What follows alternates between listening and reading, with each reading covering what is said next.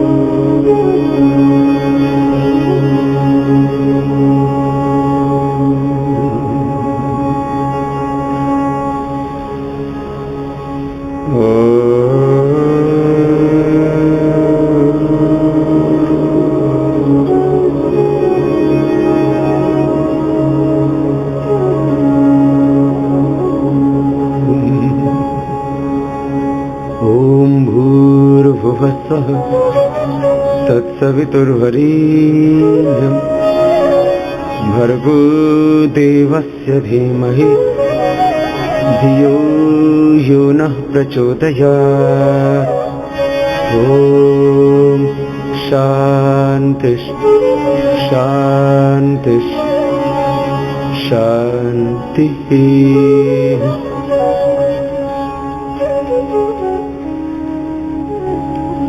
मैं कौन हूँ, कहाँ से आया हूँ, किसने मुझे इस दुनिया में भेजा है, किसके लिए मुझे भेजा है, पूर्व जन्म क्या है, पुनर्जन्म क्या है। जीवन में बहुत से प्रश्न हमारे हृदय में उत्पन्न होते और कई बार ये प्रश्न अनसुलझे ही रह जाते हैं और जीवन बीत जाता है।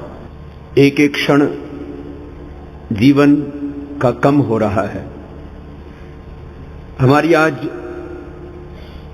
20, 30, 50 वर्ष की जितनी उम्र हो चुकी है उतने जीवन के अमूल्य क्षण हम खो चुके हैं। किसी को 10, किसी को 20, किसी को 30, किसी को 40, 50 साल अभी जीना है और इस जीवन में पूर्णता को पाना है, पूर्ण तृप्ति पानी है, पूर्ण संतुष्टि पानी है।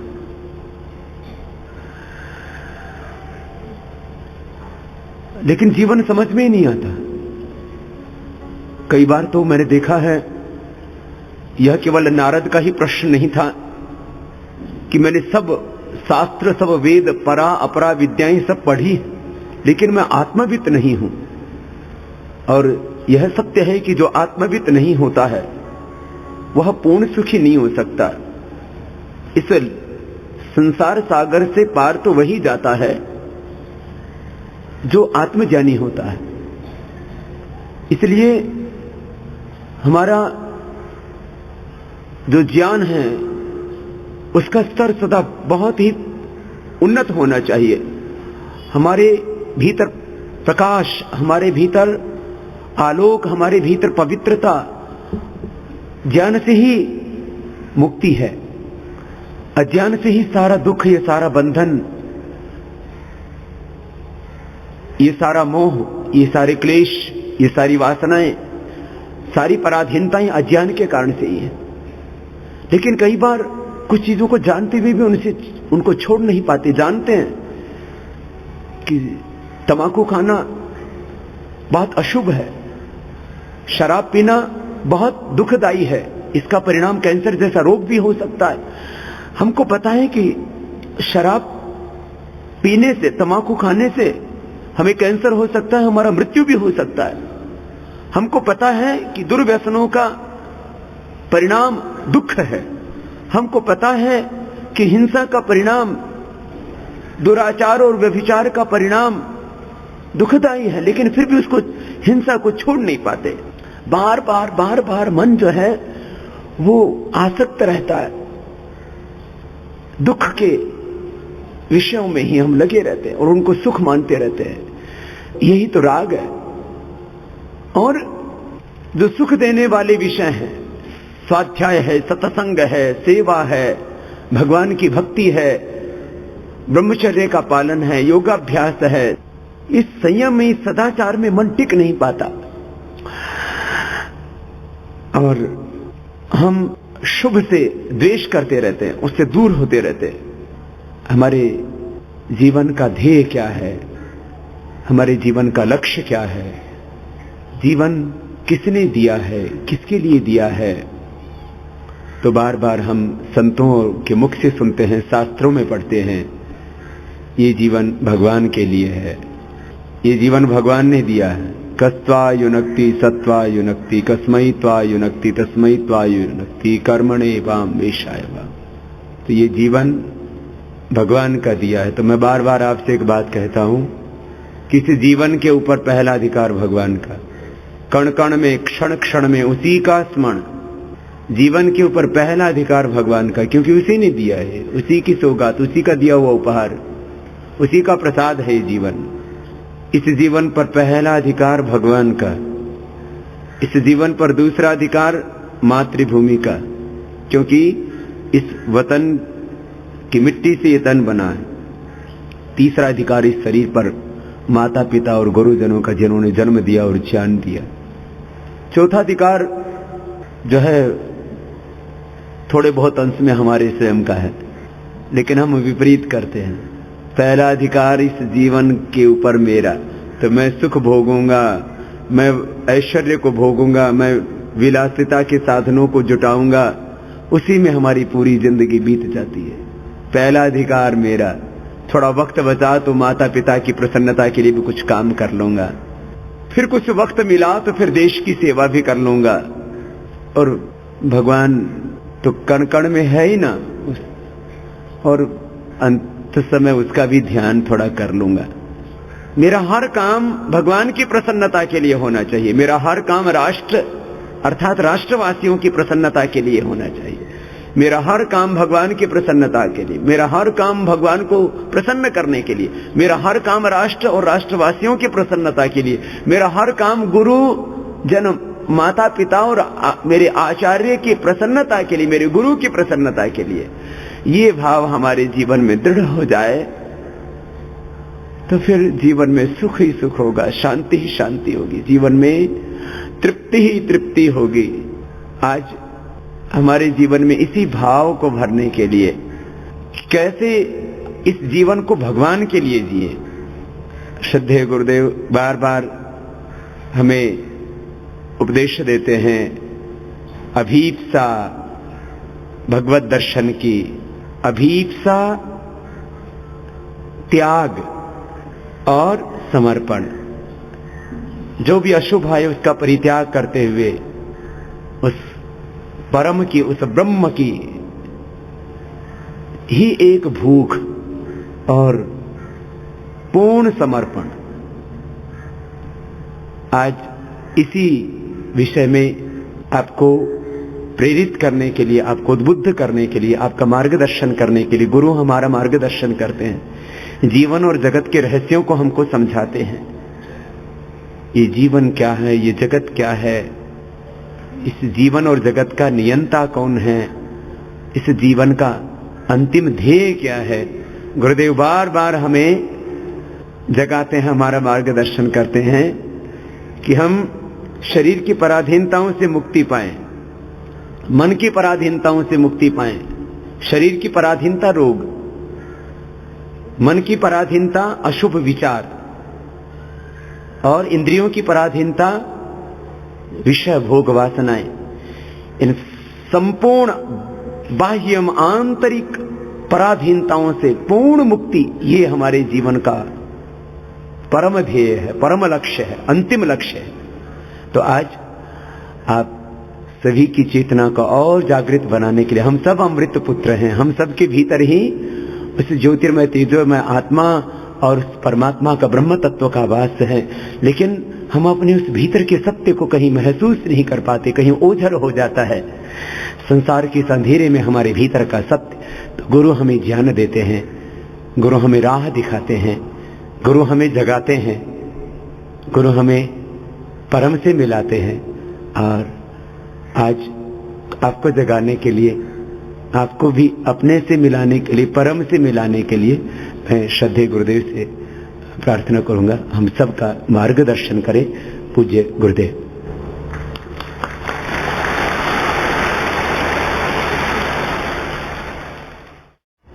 पराधीनता हमेशा हमें दुख देने वाली होती है। जैसे शरीर, मन और इंद्रियों की पराधीनता हमें दुख देती है, ऐसे ही जैसे कि वैयक्तिक जीवन की हमारी पराधीनताएं हमें अशांत कर देती हैं, हमारे भीतर के चैन को खत्म कर देती हैं, ऐसे हमारे सामाजिक जीवन में जब भाषा की पराधीनता आती है, जब नीतियों की पराधीनता आती है, वो बाहर की पराधीनताएं हमें बहुत गहरा दुख देती है। तो आज हम एक आजाद मुल्क में रहते हैं, लेकिन भाषा की पराधीनता ने इस देश को बहुत पीछे धकेल दिया। देश में बहुत दुख उत्पन्न हुआ है, देश में बहुत अशांति हुई है उससे, देश में बहुत दरिद्रता आई है उससे, देश के अंदर बहुत आत्मग्लानि का भाव आया है उससे। तो हम अपनी समस्त वैयक्तिक, अपनी समस्त भौतिक और अपनी भावनात्मक पराधीनताओं से मुक्त होने के साथ साथ भाषाओं की पराधीनता से भी मुक्त हों। यह विषय आज का कि हम क्यों भाषाओं की पराधीनता में, क्यों अंग्रेजी की पराधीनता में जी रहे हैं। आजाद भारत में अंग्रेजी की पराधीनता यह इस देश को दुख देने वाली है। इस देश के करोड़ों लोगों के साथ उससे अन्याय होता है और भाषा के साथ केवल बात अभिव्यक्ति की नहीं, उस भाषा में एक बहुत बड़ी शक्ति है। देश की अंतिम व्यक्ति के सुख और सम्मान, स्वाभिमान के साथ जुड़ी हुई ये बात है। इसी भाषा की पराधीनता से कैसे हम मुक्ति पाएं। हम ऐसे देश के रहवासी हैं, ऐसे देश के हम नागरिक हैं जिस देश ने पूरी दुनिया को पहली बार भाषा दी, संस्कृत भाषा, जो सब भाषाओं की जननी, और उसके बाद हमारी एक भाषा की समृद्ध परंपरा, हमारी राष्ट्रभाषा, हमारी मातृभाषाएं, हमारी प्रांतीय भाषाएं, भारतीय भाषाएं इतनी समृद्ध और इतनी वैभवशाली, इतनी वैज्ञानिक हैं, फिर क्यों हम भाषा की पराधीनता में जीते हैं। आज अपनी आंतरिक पराधीनताओं के साथ साथ भाषा की पराधीनता को भी हम उखाड़ने का संकल्प लेते हैं। भाषा की पराधीनता से मुक्ति दिलाने के लिए आपको मैं आमंत्रित कर रहा हूं, आपके लिए भाई राजीव दीक्षित जी को, कि हम भाषा की पराधीनताओं से मुक्ति पा करके एक सच्चे अर्थों में भारत में संपूर्ण आजादी लाएं और फिर से इस भारत को ऋषियों का देश बनाएं, क्रांतिवीरों और महापुरुषों के सपनों का देश बनाएं।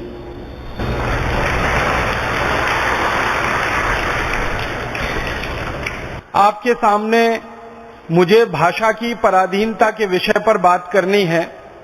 अपने भारत देश का आजादी के 63 साल के बाद ये सबसे बड़ा दुर्भाग्य है कि भाषा के स्तर पर अभी तक हम स्वतंत्र नहीं हो पाए, स्वाधीन नहीं हो पाए।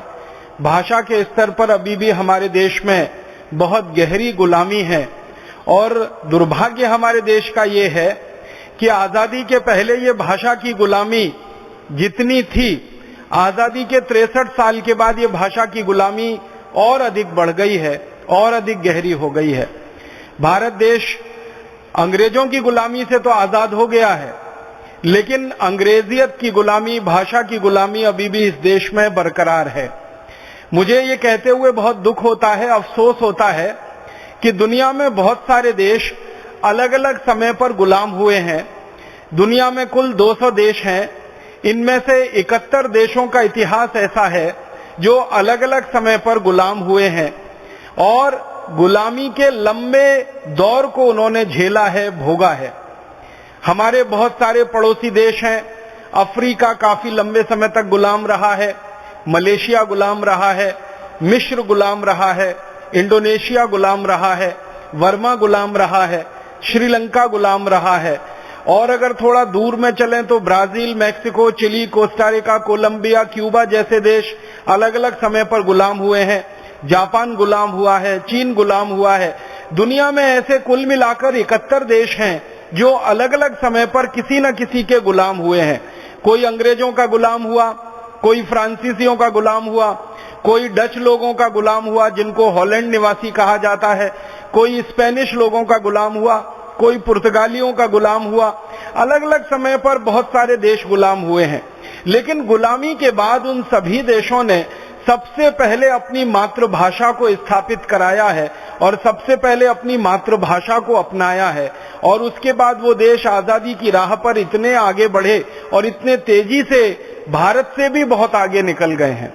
कई सारे देश जो आजादी में भारत से पीछे रहे, माने जिनकी आजादी भारत के बाद आई है, जैसे मैं आपको नाम लेके उदाहरण दूं, हमारा पड़ोसी देश है चीन, जिसकी आजादी हमसे 2 साल बाद आई है। हम तो 1947 में आजाद हो गए, लेकिन चीन तो 1949 में जाकर एक बड़ी क्रांति के बाद आजाद हुआ। लेकिन चीन हमसे कई गुना आगे निकल चुका है, आर्थिक रूप से, सामाजिक रूप से और वैश्विक ताकत के रूप में सारी दुनिया में चीन का डंका अभी बज रहा है। अमेरिका के राष्ट्रपति बराक ओबामा को चीन में जाकर चीन की सरकार को सलामी देनी पड़ रही है, चीन की सरकार को नमस्ते करनी पड़ रही है। कभी भी ऐसा दुनिया में नहीं हुआ कि अमेरिका का राष्ट्रपति चीन में जाकर चीन को सलामी दे, लेकिन अभी बराक ओबामा ये कहते हैं कि सारी दुनिया में अभी ताकत के रूप में जो सबसे महत्वपूर्ण देश उभर रहा है वो चीन। ये चीन 1949 तक भुखमरी का शिकार था, दुनिया में सबसे पीछे गिने जाने वाले देशों में गिना जाता था। आज उसकी अर्थव्यवस्था बहुत तेज है, समाज व्यवस्था बहुत बेहतर है, राज्य प्रशासन उनके यहाँ काफी कुछ भ्रष्टाचार से मुक्त है। थोड़ा बहुत भ्रष्टाचार वहां होता है, लेकिन ऐसा नहीं जैसे भारत में होता है। सारी दुनिया के लोग चीन का लोहा मान रहे हैं, चीन को नेता मान रहे हैं, चीन को विश्व गुरु की पदवी दी जा रही है। ये सब चीन का हो रहा है। आखिर इसके पीछे कारण क्या है? तो चीन के विद्वानों से अगर आप ये पूछेंगे कि भाई आपने मुश्किल से पिछले 60-62 साल में इतनी तरक्की कैसे कर ली है, तो वो सब के सब एक ही बात कहते हैं, एक ही जवाब देते हैं कि हमने हमारी मातृभाषा को राष्ट्रभाषा बनाया है, हमने हमारी मातृभाषा को अपने जीवन में लाया है, हमने हमारी मातृभाषा को विज्ञान और तकनीकी की भाषा बनाया है, हमने हमारी मातृभाषा को पाठशाला और विश्वविद्यालय की भाषा बनाया है, हमने हमारी मातृभाषा को शोध और प्रक्रिया की भाषा बनाया है। इसलिए हम दुनिया में इतनी तेजी से आगे बढ़ पाए हैं। चीन के विद्वानों का यह कहना है कि अगर चीन आज भी अंग्रेजी भाषा में डूबा रहता, क्योंकि आप जानते हैं चीन लंबे समय तक अंग्रेजों का गुलाम रहा और अंग्रेजी भाषा में डूब गया। चीन के विद्वान कहते हैं कि अगर चीन अभी भी अंग्रेजियत में डूबा रहता, अंग्रेजी भाषा में डूबा रहता, तो चीन कभी भी 1947 और 1949 की स्थिति से आगे नहीं बढ़ पाता और इतना शक्तिशाली और ताकतवर देश नहीं हो पाता। हमारा पड़ोसी दूसरा देश जापान है। लंबे समय तक जापान गुलाम रहा अमेरिका का, लंबे समय तक जापान गुलाम रहा है डच लोगों का, हॉलैंड वासियों का, लंबे समय तक जापान पर पुर्तगालियों ने भी राज किया है। लेकिन जापान जब आजाद हुआ इस विदेशी गुलामी से, तो जापान में भी सबसे पहला काम जो हुआ, उन्होंने अपनी मातृभाषा को राष्ट्रभाषा बनाया और अपने जीवन के हर क्षेत्र में मातृभाषा को सम्मान दिया, मातृभाषा को प्रश्रय दिया, मातृभाषा का उपयोग किया। उसमें से जापान आज दुनिया के सबसे ताकतवर आर्थिक देशों में गिना जाने लगा है। आर्थिक ताकत जापान की इतनी बड़ी है कि अमेरिका की जो वित्तीय संस्थाएं हैं, अमेरिका के जो फाइनेंशियल इंस्टीट्यूशंस हैं, वो ज्यादातर इस समय जापान के कब्जे में हैं। और अमेरिका की एक बड़ी संस्था मानी जाती है जो फिल्म बनाने वाली है, जिसको हॉलीवुड के नाम से सारी दुनिया जानती है। हॉलीवुड में फिल्में बनाने के लिए सबसे ज्यादा पैसा अगर लग रहा है तो वो जापान का पैसा लग रहा है। पूरा जापान का नियंत्रण वहां पर है। अमेरिका के होटल उद्योग में, अमेरिका के मोटर उद्योग में, अमेरिका के बीमा उद्योग में, अमेरिका के वित्तीय उद्योगों में सबसे ज्यादा ताकत अगर लगी है तो जापान की। अमेरिका के बाजार में सबसे ज्यादा चीजें हैं तो वो चीन की। अमेरिका के वित्तीय ताकत में सबसे बड़ी ताकत है तो जापान की। ये दोनों देश लगभग अमेरिका के बराबर खड़े हो गए हैं। आपको याद है कि इसी जापान को अमेरिका ने तबाह कर दिया था, बर्बाद कर दिया था। 2 एटम बम गिराए गए थे 1945 में, एक हिरोशिमा पर और एक नागासाकी पर। लाखों जापानवासी उसमें मारे गए थे और देश की कमर टूट गई थी, रीढ़ की हड्डी टूट गई थी। लेकिन एटम बम गिरने के मात्र 65-66 वर्षों में जापान ऐसी ताकत से खड़ा हुआ है कि उनकी रीढ़ की हड्डी अब इतनी मजबूत है कि दूसरे बहुत सारे देश उनका सहारा लेकर दुनिया में चलने की कोशिश कर रहे हैं। जापान के विद्वानों से जब ये पूछा जाता है कि आपने इतनी जल्दी इतनी तेज तरक्की की है, इसका कारण क्या है, वो भी वही उत्तर देते हैं कि हमने जापान की भाषा को अपनी राष्ट्रभाषा बनाया, मातृभाषा को राष्ट्रभाषा का सम्मान दिया, जीवन के हर क्षेत्र में जापानी को अपनाया। वो प्राथमिक स्तर का कोई विद्यालय हो और विश्वविद्यालय स्तर की कोई शिक्षा हो, हर जगह जापानी भाषा वहां चलवाई। इंजीनियरिंग कॉलेज, मेडिकल कॉलेज, उनके सारे के सारे विश्वविद्यालय के संस्थान जो शोध करते हैं वो सब जापानी में काम करने लगे हैं। यही कारण है जापान के तरक्की करने का, विकास करने का। जापान के जो बड़े अर्थशास्त्री हैं वो ये कहा करते हैं कि किसी भी देश की तरक्की और विकास में सबसे बड़ा जो अनुदान होता है, सबसे बड़ा जो हिस्सा होता है, वो उस देश की संकल्प शक्ति का होता है। हम लोग कई बार इस गलतफहमी के शिकार हो जाते हैं कि किसी देश की तरक्की में, किसी देश के विकास में पूंजी का बहुत योगदान है, पैसे का। फिर हम यहां फंस जाते हैं आकर कि किसी देश की तरक्की में तकनीकी का बहुत बड़ा योगदान है। फिर हम सोचने लगते हैं कि किसी देश की विकास का और उसकी तरक्की का विदेशी कंपनियों के द्वारा मदद करना बहुत बड़ा योगदान है। लेकिन जापान के अर्थशास्त्री, समाजशास्त्री सब इस तर्क को नकारते हैं। वो ये कहते हैं कि किसी भी देश की तरक्की और उसके विकास में सबसे बड़ा योगदान होता है संकल्प शक्ति का, और वो मानते हैं कि संकल्प शक्ति मातृभाषा से ही आ सकती है। विदेशी भाषाओं में संकल्प नहीं लिए जाते और विदेशी भाषाओं के संकल्प कभी पूरे नहीं हो पाते। ये जापान की कहानी है। हम थोड़ा दूर चलें, कोई और देश की कहानी देखें, क्यूबा की कहानी देखें, ब्राजील की देखें। ब्राजील एक बहुत बड़ा देश है लैटिन अमेरिका में, दक्षिणी अमेरिका में, जो बहुत तेजी से विकसित हो रहा है। हालांकि अमेरिका के नजदीक है, लेकिन आपको सुनकर हैरानी होगी, ब्राजील अमेरिका के बिल्कुल नजदीक है। अमेरिका की सीमा से ब्राजील की सीमा लगती है, लेकिन ब्राजील देश में अमेरिका की भाषा अंग्रेजी नहीं चलती है, उनकी अपनी भाषा चलती है।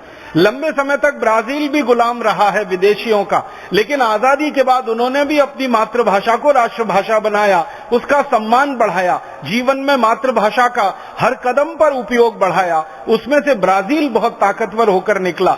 दुनिया के 71 देशों की कहानी अगर आप देखेंगे तो ऐसी ही कहानी दिखाई देती है। ये तो मैंने कुछ नाम लिए जापान, चीन, ब्राजील जैसे देशों के, जो बहुत बड़े देश हैं दुनिया में, जिनकी अर्थव्यवस्था बहुत बड़ी है, जिनकी आबादी बहुत बड़ी है, जिनके संसाधन बहुत हैं, जिनकी भौगोलिक सीमाएं बहुत बड़ी हैं। मैं कुछ उदाहरण देना चाहता हूं दुनिया के छोटे छोटे देशों के, जिनकी भौगोलिक सीमाएं भारत के एक जिले से भी छोटी हैं, जिनकी आबादी भारत के एक जिले से भी कम है। भारत के सबसे छोटे जिले से भी छोटे देश दुनिया में बहुत हैं, और एक दो नहीं है, 24 हैं। एक छोटा सा देश है, उसका नाम है फिनलैंड। एक छोटा देश है, उसका नाम है डेनमार्क। एक छोटा सा देश है, उसका नाम है नॉर्वे। ऐसे दुनिया में 24 छोटे से देश हैं जो भारत के एक एक जिले से कम हैं, जिनकी आबादी 10 लाख, 15 लाख, 20 लाख, 22 लाख के आसपास की है। बहुत अधिक हो तो 30 लाख की आबादी है। हमारे देश में तो कई जिले 30 लाख से कई कई गुने बड़े हैं। दिल्ली की बात करें, दिल्ली तो अब राज्य हो गया है, लेकिन दिल्ली जैसे कई बड़े राज्यों के बराबर के जिले हैं हमारे देश में, जिनकी आबादी करोड़ों में है। लेकिन कई देश हैं जिनकी आबादी 15, 20, 22, 50 माने 30 लाख के आसपास है। उन देशों की कहानी भी अगर आप पढ़ेंगे तो उनकी कहानी भी यही है। जैसे फिनलैंड बहुत छोटा सा देश है, दुनिया के 200 देशों में सबसे छोटे देशों में उसकी गिनती होती है।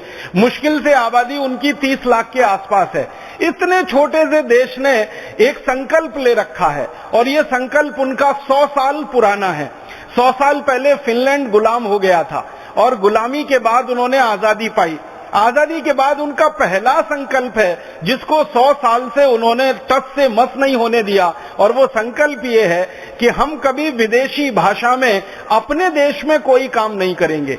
फिनलैंड की सरकार चलेगी तो फिनिश भाषा में काम करेगी। फिनलैंड के विश्वविद्यालय चलेंगे तो फिनिश भाषा में काम करेंगे। फिनलैंड के बच्चों को प्राथमिक स्तर से लेकर उच्चतम शिक्षा दी जाएगी तो उनकी फिनिश भाषा में होगी। उनके यहाँ विज्ञान और तकनीकी का काम किया जाएगा तो फिनिश फिनिश भाषा में होगा। उनके यहाँ इंजीनियरिंग कॉलेज चलाए जाएंगे तो फिनिश में होंगे, उनके यहाँ मेडिकल कॉलेज होंगे तो फिनिश में होंगे। छोटा सा देश फिनलैंड अपनी मातृभाषा को सीने से ऐसे चिपकाए हुए है जैसे कोई माँ अपने बच्चे को छाती से चिपका कर रखती है। आसपास के देश इतना दबाव डालते रहते हैं फिनलैंड के ऊपर।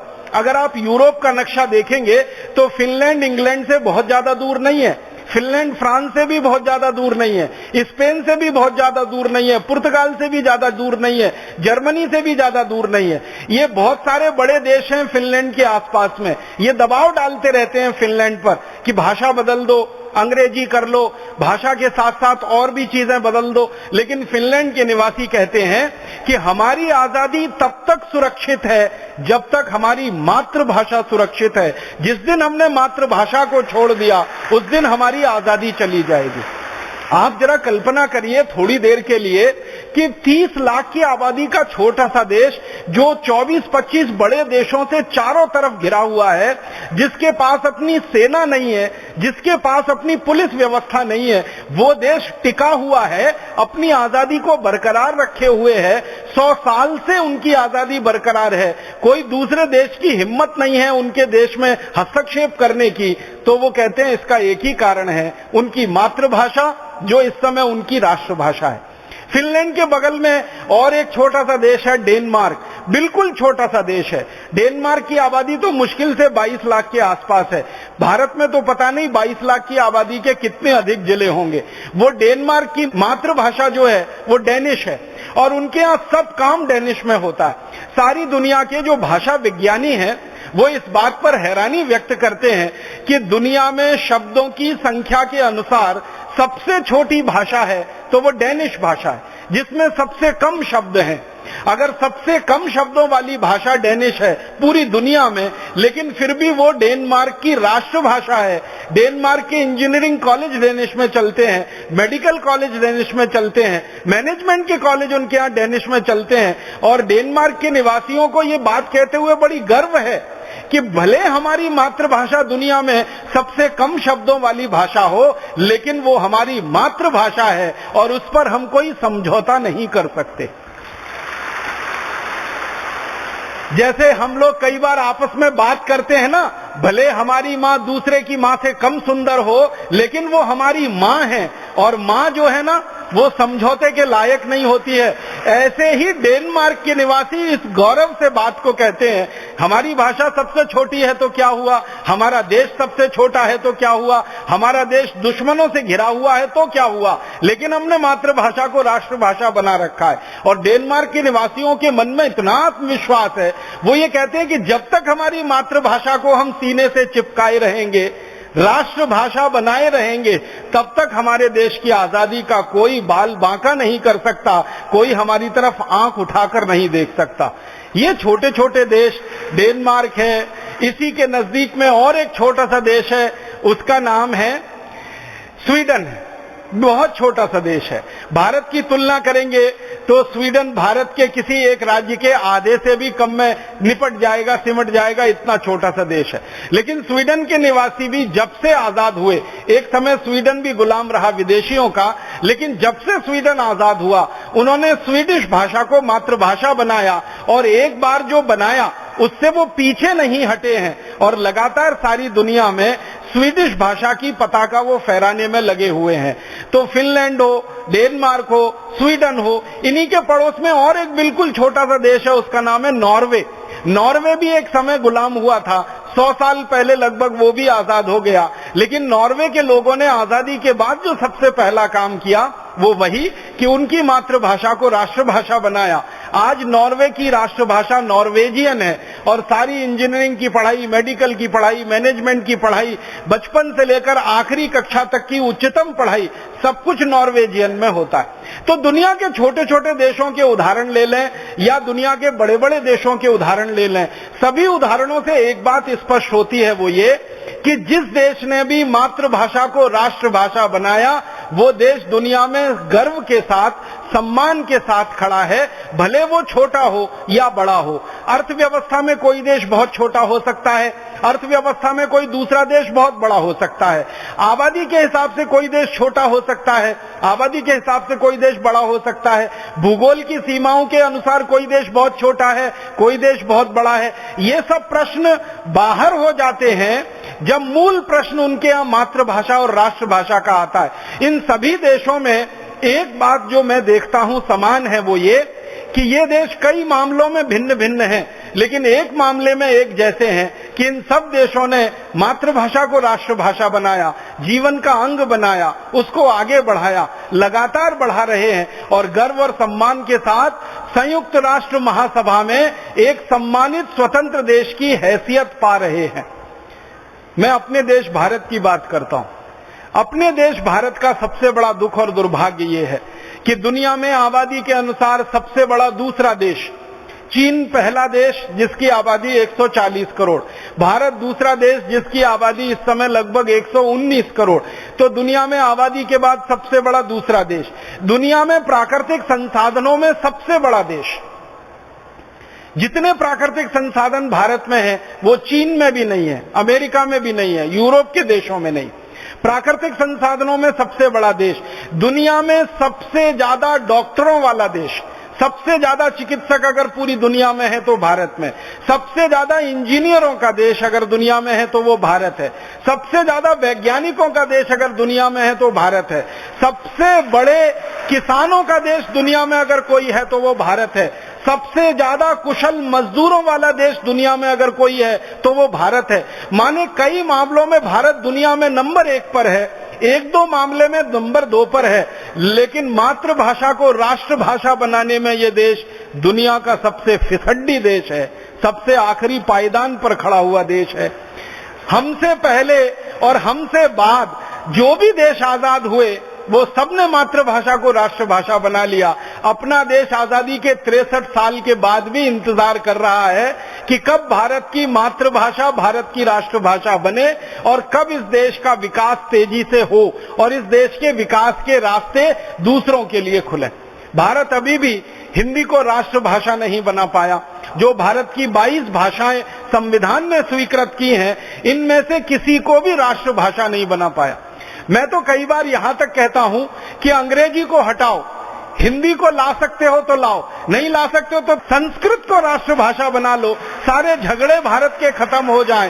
काफी लंबे समय तक इस देश में संस्कृत राष्ट्रभाषा रही है और जब तक इस देश की राष्ट्रभाषा संस्कृत रही है, आप माने या न माने, ये देश दुनिया में सोने की चिड़िया रहा है और सबसे ऊंचे पायदान पर खड़ा रहा। हमारे देश में सुवर्ण युग माना जाता है, सोने का युग माना जाता है। भारत का सबसे अच्छा समय, किसी भी इतिहासकार को पूछो, भारत का अध्ययन करने वाले भारतीय इतिहासकार से पूछो या भारत का अध्ययन करने वाले विदेशी इतिहासकारों से पूछो कि भारत का सोने का युग कब था, भारत सबसे अच्छा कब था, तो वो कहते हैं महर्षि चाणक्य के समय से लेकर 7वीं 8वीं शताब्दी तक का भारत दुनिया में सबसे ऊंचे पायदान पर खड़ा हुआ भारत था। शिक्षा में सबसे ऊंचा, व्यापार में सबसे ऊंचा, तकनीकी विज्ञान में सबसे ऊंचा, दर्शन शास्त्र के ग्रंथों के लिखे जाने में सबसे ऊंचा, ज्ञान के स्तर में सबसे ऊंचा। माने सारी दुनिया के इतिहासकार इस बात पर अब मानते हैं, अब विवाद समाप्त हो गया है कि महर्षि चाणक्य का जो समय रहा, वहां से लेकर 7वीं 8वीं शताब्दी तक भारत पूरी दुनिया में सबसे ऊंचे स्थान पर रहा है। कैसे रहा है? तो उसका सबसे बड़ा कारण है कि संस्कृत उस समय देश की राष्ट्रभाषा रही, संस्कृत उस समय देश की राज्य भाषा रही, संस्कृत इस देश के लोगों के पढ़ने पढ़ाने की भाषा रही, संस्कृत इस देश में बोलने चालने की भाषा रही, संस्कृत इस देश में हर काम की भाषा रही है। विज्ञान की, तकनीकी की, विश्वविद्यालय की पढ़ाई के लिए, चिकित्सा के लिए, सर्जरी के लिए, सब तरह के काम के लिए संस्कृत को हमारे यहाँ माध्यम बनाया गया और संस्कृत के माध्यम से इसको आगे बढ़ाया गया। तो जब तक संस्कृत इस देश की राष्ट्रभाषा, राज्य भाषा रही, तब तक भारत दुनिया में सिरमौर रहा, सबसे ऊंचा रहा। लेकिन जैसे जैसे भारत में संस्कृत का पराभव हुआ, जैसे जैसे संस्कृत की ऊंचाई कम होना शुरू हुई, संस्कृत का पतन शुरू हुआ, भारत का भी पराभव शुरू हुआ और भारत का भी पतन शुरू हुआ। ये कुछ संयोग नहीं है, इस पर गंभीर शोध करने की जरूरत है कि संस्कृत का पतन जैसे ही इस देश में शुरू हुआ, वैसे ही विदेशियों के आक्रमण भी शुरू हो गए इस देश में। पहला विदेशी आक्रमण मोहम्मद बिन कासिम का 7वीं शताब्दी, फिर उसके बाद महमूद गजनवी, फिर उसके बाद लंबी एक श्रृंखला, तैमूर लंग, नादिर शाह वगैरह वगैरह, अहमद शाह अब्दाली, फिर बाबर और बाबर के परिवार के लोग, फिर उसके बाद पुर्तगाली, फिर अंग्रेज, फिर अंग्रेजों के पहले थोड़ा दिन फ्रांसीसी और स्पेनिश लोग। ये सारे के सारे विदेशी हमले भारत में उसी समय में हुए हैं जब संस्कृत हमारे देश में पतन की स्थिति में रही है, पराभव की स्थिति में रही है। संस्कृत की ऊंचाई जब तक बनी रही, राष्ट्र की ऊंचाई बनी रही। संस्कृत इस देश में जब तक ऊंचाई पर रही, राष्ट्र की स्वाधीनता इस देश की बची रही, स्वतंत्रता इस देश की बची रही। जैसे जैसे संस्कृत का पराभव हुआ, माने ज्ञान का पराभव हुआ, संस्कृत माने ज्ञान की भाषा, तो ज्ञान के स्तर पर जब हम नीचे गिरने लगे और ज्ञान के स्तर पर नीचे उतरने लगे, हमारे ऊपर विदेशी हमले शुरू हुए और फिर परोक्ष रूप से, बाद में प्रत्यक्ष रूप से हम विदेशी हमलों के शिकार हो गए और फिर गुलाम हो गए। गुलामी का एक लंबा दौर हमने देखा। अंग्रेजों की पूरी 250 साल की गुलामी देखी, फ्रांसीसियों की देखी, पुर्तगालियों की देखी, उसके पहले इस्लाम को मानने वाले शासकों की गुलामी भारत के कमोवेश 1/3 से आधे इलाके में हमने देखी। इस पूरे के पूरे गुलामी के दौर को अगर ध्यान से देखेंगे तो इस दौर का सबसे बड़ा कारण है ज्ञान का गिरना, ज्ञान का पराभव और परोक्ष रूप से भाषा का पराभव, हमारी राष्ट्रभाषा, हमारी राज्य भाषा का गिरते चले जाना, उसका समाप्त होते चले जाना और एक स्तर पर उसका बिल्कुल निष्प्राण हो जाना। और अंग्रेजों ने तो साजिश करके, षड्यंत्र करके भारत में चलने वाले 7,32,000 गुरुकुलों को, जो मूल रूप से संस्कृत में पढ़ाया करते थे और पढ़ा करते थे, जड़ से खत्म कर दिया था, बंद कर दिया था, समाप्त कर दिया था। और उसी के कारण ये देश में बहुत गहरी गुलामी आ गई और उस गुलामी से आजाद होने के लिए हमने लंबा संघर्ष किया। इस देश की गुलामी के समय में आजादी का संघर्ष करने वाले जितने भी क्रांतिकारी थे, वो चाहे किसी भी नाम से इस देश में काम कर रहे हों, अगर हम नाना साहब पेशवा की बात करें तो, तात्या टोपे की बात करें तो, झांसी रानी लक्ष्मीबाई की बात करें तो, रानी कित्तूर चेन्नम्मा की बात करें तो, राव कुंवर बहादुर सिंह की बात करें तो, भारत के किसी भी क्रांतिकारी की बात करें, वो उत्तर भारत के हों, दक्षिण भारत के हों, पूर्व के हों, पश्चिम के हों, सभी क्रांतिकारियों का ये मानना था कि भारत की आजादी मातृभाषा से जुड़ी हुई है। जब तक हमारी मातृभाषा को सम्मान नहीं दिला पाएंगे, हम इस देश में आजादी नहीं ला पाएंगे। ये हमारे 1857 के दौर के क्रांतिकारियों का कहना था। नाना साहब पेशवा ने भारत की आजादी का एक घोषणा पत्र बनाया था। उस घोषणा पत्र का प्रथम वाक्य आप पढ़ेंगे तो आप में रोमांच पैदा हो जाएगा। नाना साहब पेशवा अपने घोषणा पत्र में लिखते हैं कि वह दिन दूर नहीं जब भारत में आजादी का सूर्य उगेगा और वो दिन वो होगा जब हम हमारी मातृभाषा में देश के सारे काम कर पाएंगे, लोगों को न्याय मातृभाषा में मिले, लोगों को शिक्षा मातृभाषा में मिले, लोगों की आम बोलचाल मातृभाषा में हो, लोगों के जीवन का हर काम मातृभाषा में हो। हाँ, ऐसा दिन दूर नहीं है, हम बहुत जल्दी देख पाएंगे। ये नाना साहब पेशवा के घोषणा पत्र का प्रथम वाक्य है। माने वो मानते हैं कि आजादी की लड़ाई जो है और लड़ी जा रही है, वो मातृभाषा की नींव पर ही खड़ी होगी। अब नाना साहब पेशवा का घोषणा पत्र हो या तात्या टोपे, झांसी रानी लक्ष्मीबाई का संकल्प हो या कित्तूर चेन्नम्मा का संकल्प हो या दूसरे दौर के जो आजादी के नेता माने जाते हैं, लोकमान्य बाल गंगाधर तिलक का घोषणा पत्र आप पढ़ें, उसके पहले वाक्य में लिखा है, लोकमान्य बाल गंगाधर तिलक आप जानते हैं मूल रूप से मराठी भाषी थे। जन्म महाराष्ट्र में हुआ, शिक्षा मराठी में हुई, बोलचाल उनकी मराठी थी, सब कुछ वो मराठी थे। लेकिन जब राष्ट्रभाषा का सवाल आता था तो बेहिचक वो कहा करते थे, बहुत साहस से कहा करते थे कि राष्ट्रभाषा का स्थान तो सिर्फ हिंदी और हिंदी को ही मिल सकता है। भले मैं मराठी मातृभाषी हूं, लेकिन हिंदी ही देश की राष्ट्रभाषा हो सकती है। महात्मा गांधी भी इसी तरह के वाक्य कहा करते थे। महात्मा गांधी का मूल आप जानते हैं गुजरात, उनकी मातृभाषा गुजराती, लेकिन महात्मा गांधी ने एक बार नहीं सैकड़ों बार ये कहा कि इस भारत की राष्ट्रभाषा कोई हो सकती है तो वो हिंदी ही हो सकती है, क्योंकि हिंदी ही देश की एकता को बांधने की ताकत रखती है और हिंदी में वो शक्ति है कि पूरे देश को एक सूत्र में पिरोकर आगे बढ़ा सके। ऐसे ही हमारे देश के एक महान महापुरुष महर्षि दयानंद जी की भी बात अगर आप सुनेंगे तो वो भी यही मानते थे। मूलतः महर्षि दयानंद भी गुजराती भाषी थे। गुजरात में उनका जन्म हुआ, राजकोट जिले में, पढ़ाई संस्कृत में हुई, लेकिन वो बार बार ये कहा करते थे कि पूरे देश को एकता के सूत्र में पिरो सकती है तो हिंदी है, पूरे देश को एक साथ बांध सकती है तो वो हिंदी है, और भारत की राष्ट्रभाषा होने का गौरव अगर मिल सकता है तो वो हिंदी को मिल सकता है। बस उनके कहने में और दूसरों के कहने में एक ही छोटा सा अंतर था कि महर्षि दयानंद जी का आग्रह इस बात पर था कि हिंदी होनी चाहिए, वो संस्कृत निष्ठ हिंदी होनी चाहिए, शुद्ध हिंदी होनी चाहिए, जो संस्कृत के ज्यादा शब्दों का उपयोग कर सके। बाकी सभी मामलों में दूसरे क्रांतिकारियों से उनके विचार मिलते जुलते थे। तो महर्षि दयानंद हों, महात्मा गांधी रहे हों, लोकमान्य बाल गंगाधर तिलक रहे हों, ये सब आप जानते हैं 1850 से 1890 के दौर के सब क्रांतिवीर थे।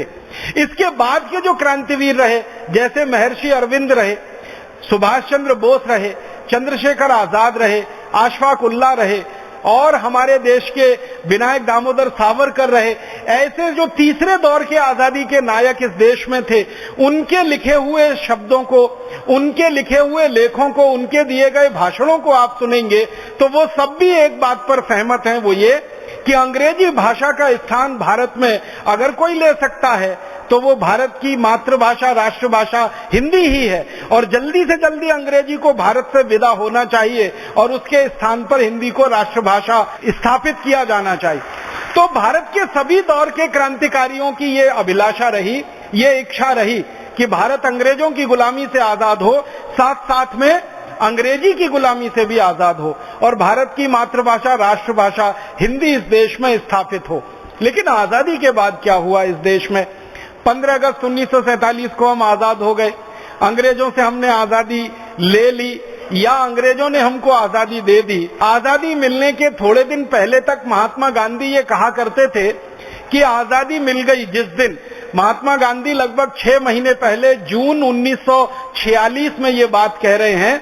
वो कह रहे हैं कि आजादी मिलने के सिर्फ 6 महीने भारतवासी इंतजार करें, पूरे देश की राष्ट्रभाषा हिंदी हो जाएगी और सरकार के कामकाज की भाषा हिंदी हो जाएगी, संसद और विधानसभाओं की भाषा हिंदी हो जाएगी। और महात्मा गांधी ने इतनी कड़ी बात कही थी कि जो संसद में बोलने वाला सांसद हिंदी में बात नहीं करेगा, जो विधानसभाओं में बोलने वाला विधायक हिंदी में बात नहीं करेगा, तो महात्मा गांधी कहा करते थे कि मैं सबसे पहला आदमी होऊंगा जो उनके खिलाफ आंदोलन करूंगा और अंग्रेजी में बोलने वालों को जेल में भिजवाऊंगा।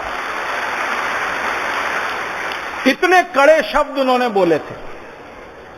वो कहा करते थे कि आजादी के बाद भारत का कोई सांसद और विधायक अंग्रेजी में बात करे, इससे बड़ा भारत का अपमान कोई दूसरा नहीं हो सकता, और मैं बर्दाश्त नहीं करूंगा कि भारत का कोई सांसद और विधायक अंग्रेजी में बात करे।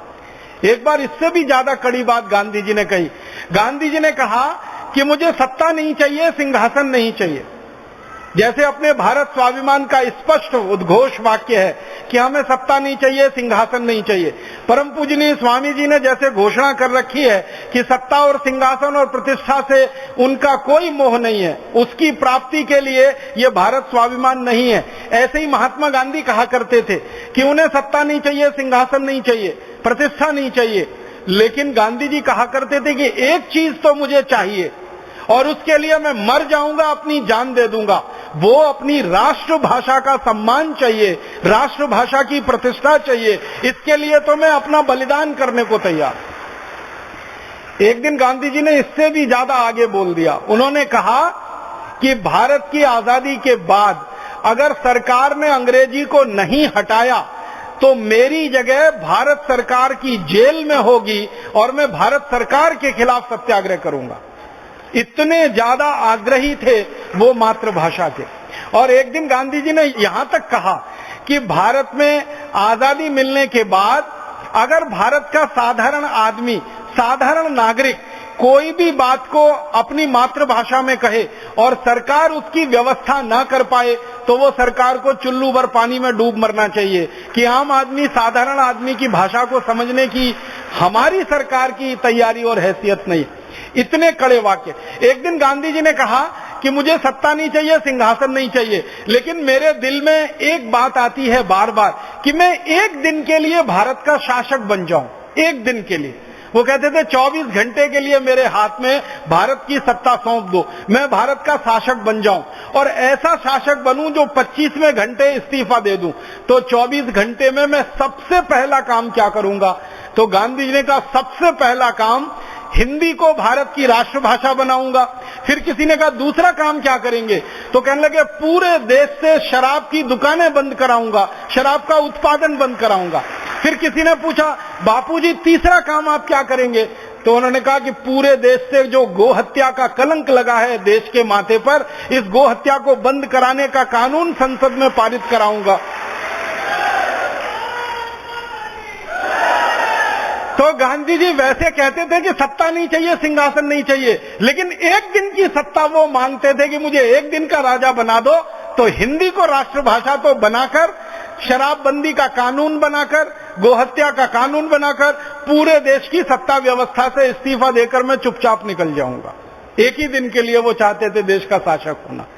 अब आप सोचिए कि महात्मा गांधी, जिनके मन में इतनी तीव्रता थी राष्ट्रभाषा को लेकर, उनके परम शिष्यों के हाथ में जब इस देश की सत्ता आई तो उन्होंने महात्मा गांधी से बिल्कुल उल्टे स्वर में बोलना शुरू किया। जब उनके परम शिष्यों के हाथ में सत्ता आई तो उन्होंने कहना शुरू किया कि भारत में अंग्रेजी के बिना कोई काम नहीं चल सकता। भारत में विज्ञान और तकनीकी को आगे बढ़ाना हो तो अंग्रेजी के बिना यह संभव नहीं हो सकता। भारत का विकास करना है तो अंग्रेजी के बिना यह संभव नहीं हो सकता। भारत को विश्व के मानचित्र पर स्थापित कराना है तो अंग्रेजी के बिना यह नहीं हो सकता। यूरोप और अमेरिका जैसा भारत को बनाना है तो यह अंग्रेजी के बिना नहीं हो सकता। अंग्रेजी विश्व की भाषा है, अंग्रेजी वैज्ञानिक भाषा है, अंग्रेजी समृद्धशाली भाषा है, अंग्रेजी सारी दुनिया के लिए सबसे ज्यादा प्रतिष्ठित भाषा है। इस तरह के तर्क संसद में देना शुरू किया गया। संसद के बाहर इस तरह के तर्क दिए जाने लगे और अंत में हुआ ये कि महात्मा गांधी का सपना, महात्मा गांधी के जाने के बाद इस देश में अभी तक अधूरा है। हिंदी राष्ट्रभाषा बन नहीं पाई है। अंग्रेजी इस देश की राष्ट्रभाषा की तरह से स्थापित है और सारे देश में अंग्रेजियत का बोलबाला है। भारत शासन की व्यवस्था अंग्रेजी में चलती है। भारत के न्यायालयों में झगड़े और फैसले सुलटाने के लिए अंग्रेजी में काम होता है। पक्ष और विपक्ष में बहस की जाती है, दलील की जाती है, वो अंग्रेजी में है। भारत के चिकित्सक मरीजों को जो अंग्रेजी नहीं जानते हैं उनको लिख कर देते हैं कागज की पुर्जी, वो अंग्रेजी में होती है। मरीज जो दवाएं खरीदते हैं बाजार से वो अंग्रेजी में होती हैं। हमारे देश के प्राथमिक स्तर के विद्यार्थियों को डंडे मार मार के अंग्रेजी माध्यम में पढ़ाया जाता है। अगर वो अंग्रेजी में ना पढ़ना चाहें तो जबरदस्ती उनको पढ़ाया जाता है। बेचारे उसमें फेल होते रहते हैं या सफल होते रहते हैं, वो अलग कहानी है। हमारे शीर्ष वैज्ञानिक संस्थानों में अंग्रेजी है, हमारे शीर्ष कृषि शोध संस्थानों में अंग्रेजी है। हमारे देश के नीचे से लेकर ऊपर के हर स्तर पर अंग्रेजी अंग्रेजी अंग्रेजी है। आप पूछेंगे ऐसा क्यों? शहीदों की भाषा तो अंग्रेजी नहीं थी, बलिदान देने वालों की भाषा तो अंग्रेजी नहीं थी, आजादी के आंदोलन की भाषा तो अंग्रेजी नहीं थी, आजादी के लिए कुर्बानी देने वालों की भाषा तो अंग्रेजी नहीं थी। फिर आजादी के बाद ये अंग्रेजी स्थापित कैसे हुई और इतना गहराई से कैसे आगे बढ़ गई? इसके पीछे एक बड़ी कहानी है। मुझे तो कई बार लगता है कि वो एक षड्यंत्र है, साजिश है। और वो षड्यंत्र और साजिश ये है कि भारत भले अंग्रेजों की गुलामी से आजाद हो जाए, लेकिन अंग्रेजी की गुलामी में भारत फंसा रहना चाहिए और अंग्रेजियत की गुलामी में भी फंसा रहना चाहिए। वो षड्यंत्र क्या हुआ? हमारे देश के संविधान में एक अनुच्छेद लिखा गया। हमारे देश का संविधान आप जानते हैं 1947 की आजादी मिलने के थोड़े दिन के बाद से लिखना शुरू हुआ। 1950 में संविधान पूरा लिखा गया। 26 जनवरी 1950 को संविधान इस देश में लागू हुआ। तो संविधान में एक अनुच्छेद लिखा गया, उसका नंबर है 343। अनुच्छेद नंबर 343 में लिखा गया कि संविधान लागू होने के 15 वर्ष तक अंग्रेजी इस देश में यूनियन माने संघ सरकार की भाषा के रूप में काम करेगी और राज्य सरकारें भी चाहें तो अंग्रेजी में काम कर सकेंगी। संविधान लागू होने के 15 वर्ष के बाद माने सन 1965 में संविधान लागू हुआ 1950 में, इसके 15 वर्ष तक तो अंग्रेजी रहेगी। फिर 1965 से अंग्रेजी को हटाने की बात की जाएगी और इस अंग्रेजी को हटाने के लिए संसद की एक समिति बनाई जाएगी। वो संसदीय समिति जिस तरह का विचार रखेगी उस विचार पर राष्ट्रपति फिर विचार करेंगे और राष्ट्रपति की अनुशंसा से संसद में एक विधेयक पारित किया जाएगा और उस विधेयक को पारित करके अंग्रेजी को भारत से हटा दिया जाएगा। उसके स्थान पर हिंदी और अन्य भारतीय भाषाओं को प्रोत्साहन दिया जाएगा, स्थापित किया जाएगा। ये हमारे संविधान में लिखा गया। लेकिन ये जो लिखा गया वो अनुच्छेद 343 में लिखा गया। उस अनुच्छेद 343 का जो पैराग्राफ 1 है उसमें ये बात है। 2 नंबर और 3 नंबर को जब पढ़ें तो उसमें बिल्कुल उल्टी बात है। तीसरे पैराग्राफ में उल्टी बात लिखी गई और तीसरे पैराग्राफ में यह लिखा गया कि भारत के जो राज्य हैं, विभिन्न राज्य हैं, अगर कोई राज्य विरोध करेगा तो फिर अंग्रेजी को नहीं हटाया जाएगा। माने अंग्रेजी हटाने का विरोध करेगा कोई राज्य, हिंदी को स्थापित करने की समर्थन में कोई राज्य होगा तो फिर नहीं हटाया जाएगा।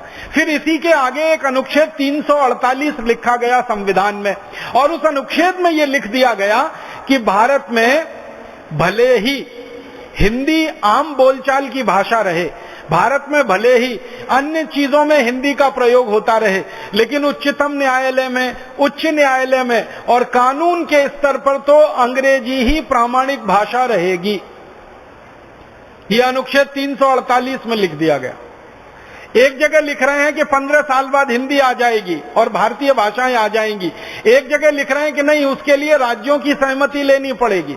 फिर 348 में कह दिया कि नहीं, उच्चतम न्यायालय और उच्च न्यायालय में तो हिंदी के प्रश्न ही नहीं उठेंगे, वहां तो अंग्रेजी में ही काम चलेगा। कानून की भाषा अंग्रेजी, पक्ष की बहस अंग्रेजी में, विपक्ष की बहस अंग्रेजी में और फैसले सारे अंग्रेजी में। मतलब सीधा सा ये है कि एक जगह हिंदी को राष्ट्रभाषा बनाने की बात दिखाकर दूसरी जगह से बिल्कुल जड़ काट दी गई हिंदी की। और इसके बाद क्या हुआ? इसके बाद संसद की एक समिति बनाई गई। 1955 में वो समिति स्थापित हुई। उस समिति से कहा गया कि आप रिपोर्ट दीजिए। समिति ने यह कह दिया कि अभी भारत में अंग्रेजी को हटाने का अनुकूल समय नहीं आया है। जब तक अनुकूल समय नहीं आता अंग्रेजी को हटाने का, तब तक प्रतीक्षा की जाए। तो 1955 की संसदीय समिति ने ऐसी रिपोर्ट दे दी तो राष्ट्रपति ने कहा कि अभी अंग्रेजी को हटाने की बात नहीं है। फिर उसके बाद एक दूसरी समिति बनी, उनकी भी रिपोर्ट इसी तरह से आई और उसके बाद 1963 में संसद में बड़ी भयंकर बहस हुई इस पर कि अंग्रेजी हटाओ और हिंदी लाओ, अंग्रेजी हटाओ और भारतीय भाषाओं को लाओ। ये बहस में भी अंत में यही हुआ कि अंग्रेजी को अभी थोड़े दिन तक रखा जाए। फिर जब 1965 का समय पूरा हो गया और 15 साल की अवधि समाप्त हो गई तो भारत की राजभाषा हिंदी बने और राष्ट्रभाषा भी हिंदी बने, इस पर जब बात शुरू हुई तो दक्षिण भारत में दंगे शुरू हो गए। और दक्षिण भारत में जो दंगे शुरू हुए, भारत सरकार की खुफिया विभाग की रिपोर्ट बताती है कि वो दंगे अपने आप नहीं हुए, कराए गए। उन नेताओं के द्वारा भड़काए गए जो नहीं चाहते थे कि अंग्रेजी इस देश में से हटे। तो सरकार को मौका मिल गया ये कहने का कि हिंदी को राष्ट्रभाषा बनाने के नाम पर अगर दंगे हो रहे हैं तो हिंदी को राष्ट्रभाषा नहीं बनाया जा सकता, अंग्रेजी को ही बरकरार रखना पड़ेगा। और 1967 में विधेयक पास कर दिया गया। फिर 1968 में उस विधेयक में एक संशोधन कर दिया गया और वो संशोधन इस समय हमारे लिए फांसी के फंदे जैसा है, भारत की राष्ट्रभाषा के लिए, भारत की मातृभाषाओं के लिए। उस संशोधन में लिखा यह गया कि भारत के जितने राज्य हैं इनमें से एक राज्य भी अगर अंग्रेजी का समर्थन करेगा तो भारत में अंग्रेजी ही लागू रहेगी। भारत में इस समय 33 राज्य हैं और 33 राज्यों में से एक राज्य भी अगर ये कहता है कि अंग्रेजी होनी ही चाहिए तो पूरे भारत में अंग्रेजी रहेगी। जब तक वो राज्य ये नहीं कहता कि अंग्रेजी हटा देनी चाहिए, तब तक भारत से अंग्रेजी नहीं हटाई जाएगी। ऐसा संशोधन करके कानून बन गया। अब यही कानून है जो भारत में हिंदी के गले में फांसी के फंदे जैसा लटका हुआ है। ये हमारे देश की स्थिति है। अब ये स्थिति संसद ने बनाई है, ये स्थिति संविधान ने बनाई है, ये स्थिति कानून ने बनाई है। आप जानते हैं संसद को चलाने वाले नेता होते हैं, आपको मालूम है संविधान बनाने वाले भी नेता ही थे, और आपको मालूम है विधायिकाओं को चलाने वाले भी नेता ही हैं। तो भारत में कुछ नेता जो आजादी के बाद से लगातार इस षड्यंत्र में लगे रहे हैं कि अंग्रेजी हटनी नहीं चाहिए भारत से, क्योंकि उनकी सत्ता वहां से हट जाएगी। दुर्भाग्य हमारे देश का ये है कि अंग्रेजी जानने वाले 1 करोड़ से भी कम हैं इस देश में, लेकिन उनकी सत्ता इस देश पर काबिज है और व्यवस्था में वो पूरी तरह से हावी है, इसलिए अंग्रेजी हटने नहीं पा रही है। अब जब तक ये लोग व्यवस्था पर हावी रहेंगे और जब तक ये सत्ता को अपने हाथ में रखेंगे, शायद मुझे नहीं लगता कि अंग्रेजी का स्थान कोई बदलेगा और हिंदी और भारतीय भाषाओं का स्थान कुछ बेहतर हो पाएगा। तो भारत स्वाभिमान की तरफ से सारे देश में हमें ये प्रयास करना है कि अंग्रेजी जानने वाले, अंग्रेजी बोलने वाले, अंग्रेजी पढ़ने वाले और अंग्रेजी में आचार व्यवहार करने वाले लोगों के हाथ से सत्ता छीननी पड़ेगी और भारतीय भाषाओं के जानने वालों के हाथ में वो सत्ता देनी पड़ेगी। तभी जाकर अंग्रेजी और अंग्रेजियत का इस देश से सर्वनाश होगा और भारत की भाषाओं के लिए रास्ता खुलेगा। ये तो शायद हमें आज नहीं तो कल करना पड़ जाएगा। मेरे मन में एक बात है जो आपसे मैं कहना चाहता हूं। ये अंग्रेजी के समर्थन में तर्क देने वाले जो नेता हैं और अंग्रेजी को भारत में बनाकर रखने वाले जो नेता हैं, ये मूलतः 4 तर्क देते हैं। पहला तर्क देते हैं कि अंग्रेजी सबसे अच्छी भाषा है पूरी दुनिया में। दूसरा तर्क देते हैं अंग्रेजी विश्व भाषा है पूरी दुनिया में। तीसरा तर्क देते हैं अंग्रेजी विज्ञान की और तकनीकी की भाषा है पूरी दुनिया में। और चौथा और आखिरी तर्क उनका होता है कि अंग्रेजी सबसे ज्यादा समृद्धशाली भाषा है पूरी दुनिया में। तो अंग्रेजी भारत में रहनी चाहिए क्योंकि अंग्रेजी विश्व भाषा है।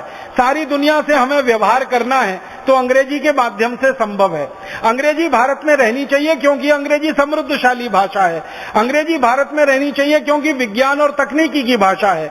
और अंग्रेजी भारत में रहनी चाहिए क्योंकि सभ्य लोगों की, उच्च शिक्षित लोगों की भाषा अंग्रेजी है। इन तर्कों के आधार पर अंग्रेजी का बचाव किया जाता है और हिंदी और भारतीय भाषाओं को गाली दी जाती है। इन चारों तर्कों को मैं आपके दिल दिमाग में बिठाना चाहता हूं।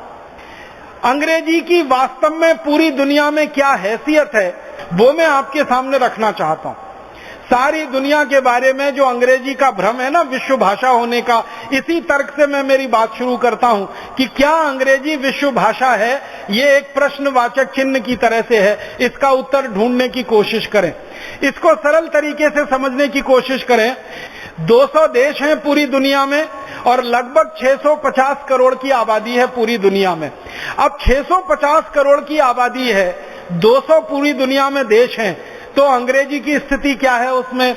200 देशों में से मात्र 11 देश हैं जहां अंग्रेजी बोली जाती है, अंग्रेजी पढ़ी जाती है, अंग्रेजी समझी जाती है और अंग्रेजी में काम होता है। इसका मतलब दुनिया के सिर्फ 5% देशों में ही अंग्रेजी है। 95% देशों में अंग्रेजी का कोई नाम लेने वाला नहीं है। तो विश्व भाषा कैसे हो गई? आबादी के हिसाब से बात करें तो अंग्रेजी बोलने, पढ़ने, लिखने और समझने वालों की आबादी पूरी दुनिया में मात्र 30 करोड़ है और दुनिया की आबादी लगभग 650 करोड़ है। अब 650 करोड़ की आबादी में सिर्फ 30 करोड़ लोग अंग्रेजी जानते हैं, बोलते हैं, समझते हैं और अंग्रेजी में बात करते, सीखते वगैरह वगैरह। तो अगर 30 करोड़ लोग ही अंग्रेजी बोलते हैं, जानते हैं, समझते हैं, तो अंग्रेजी विश्व भाषा कैसे हो गई? ये तो पूरी दुनिया के लगभग 4% लोगों की ही भाषा हुई। आबादी के हिसाब से दुनिया के 4% और देशों की संख्या के हिसाब से दुनिया के 5%। तो 5% देशों में अंग्रेजी है, 4% लोग अंग्रेजी जानते, बोलते, समझते हैं। तो 96% लोग तो ना अंग्रेजी बोलते हैं, ना जानते हैं, ना समझते हैं, ना अंग्रेजी में काम करते हैं। तो अंग्रेजी विश्व भाषा कैसे हुई? आप सोचिए। अगर विश्व भाषा का दर्जा किसी को मिल सकता है तो वो चाइनीज भाषा को मिल सकता है और दूसरे नंबर पर हिंदी को ही मिल सकता है। आप बोलेंगे क्यों? दुनिया में 650 करोड़ की आबादी है जो, उसमें से 140 करोड़ लोग चाइनीज बोलते हैं, चाइनीज लिखते हैं, चाइनीज में काम करते हैं। 140 करोड़ लोग दुनिया में। तो सबसे ज्यादा बोली जाने वाली भाषा अगर दुनिया में है तो चाइनीज है, तो वो विश्व भाषा हो सकती है। दूसरे नंबर पर अगर जो कोई भाषा है सबसे ज्यादा लोगों द्वारा बोली जाने वाली, समझी जाने वाली, पढ़ी और लिखी जाने वाली, वो हिंदी है, मात्र हिंदी है और हिंदी है। दुनिया में 100 करोड़ लोग हैं जो हिंदी जानते हैं, हिंदी समझते हैं, हिंदी बोल सकते हैं, और 85 करोड़ लोगों की तो मातृभाषा हिंदी है।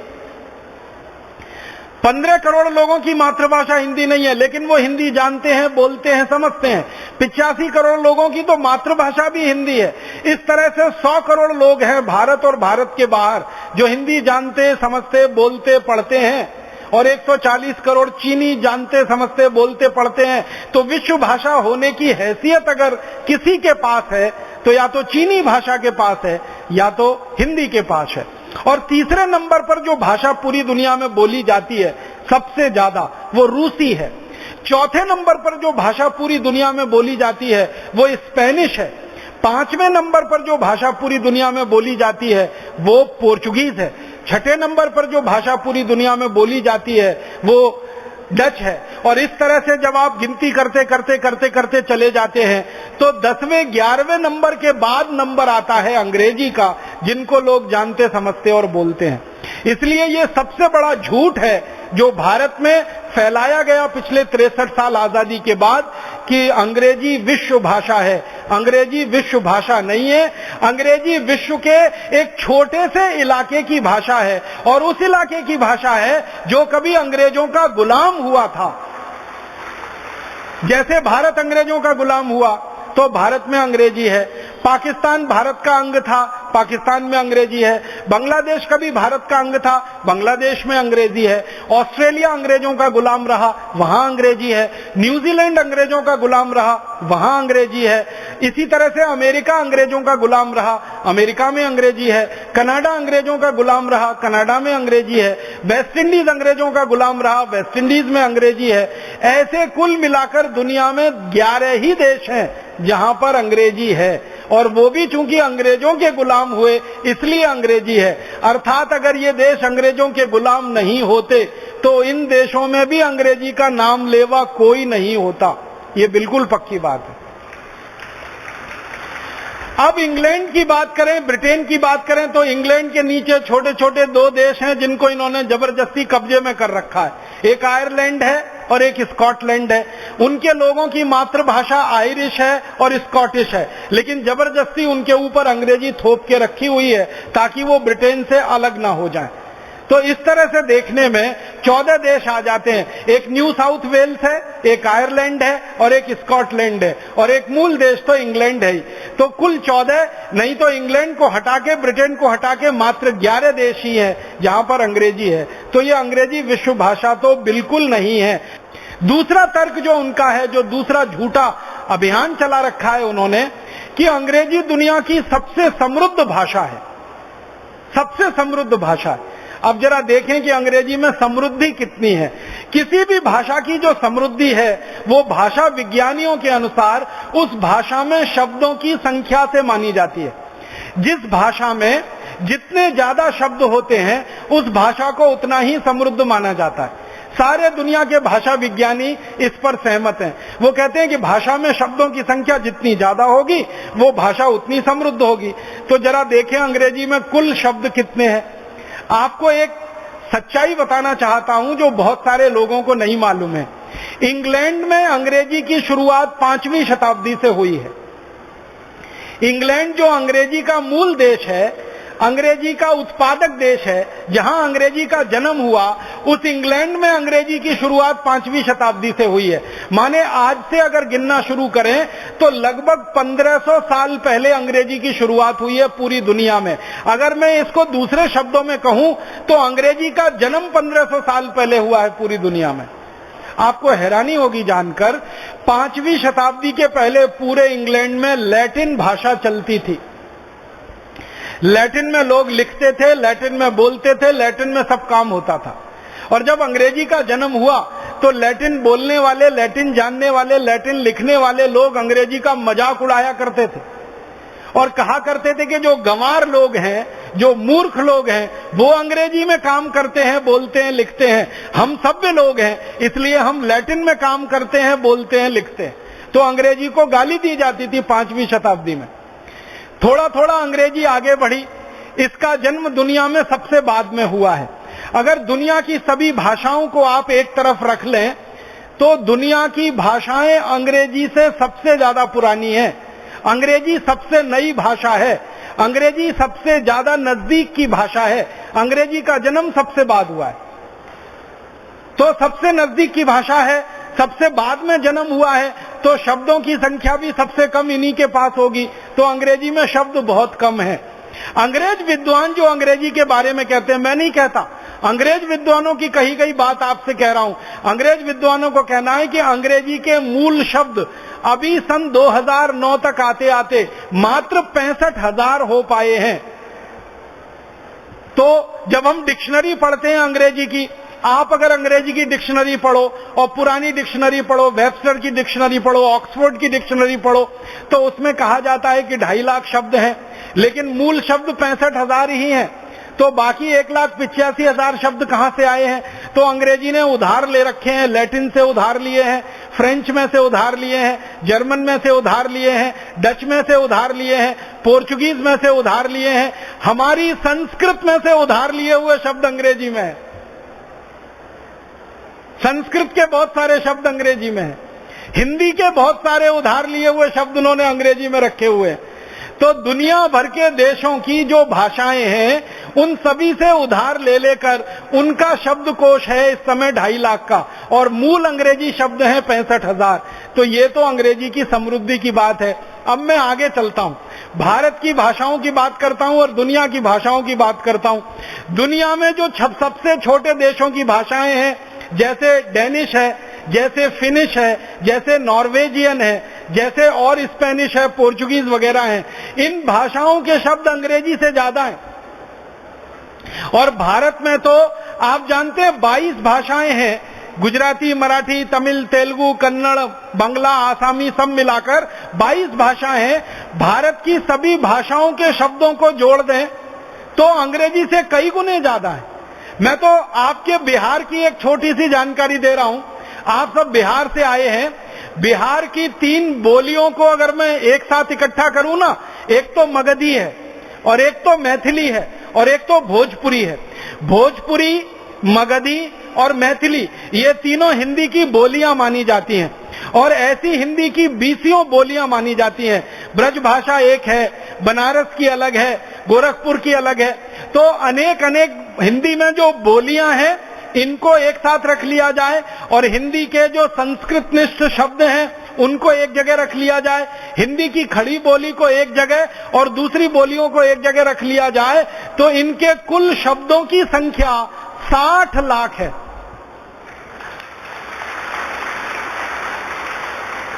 अंग्रेजी के कुल शब्दों की संख्या सारी दुनिया से उधार लेकर 2.5 लाख है, और उनके मूल शब्द 65,000 हैं। और हिंदी की सहयोगी जो बोलियां हैं, इनको जोड़ लिया जाए तो ये 60 लाख है।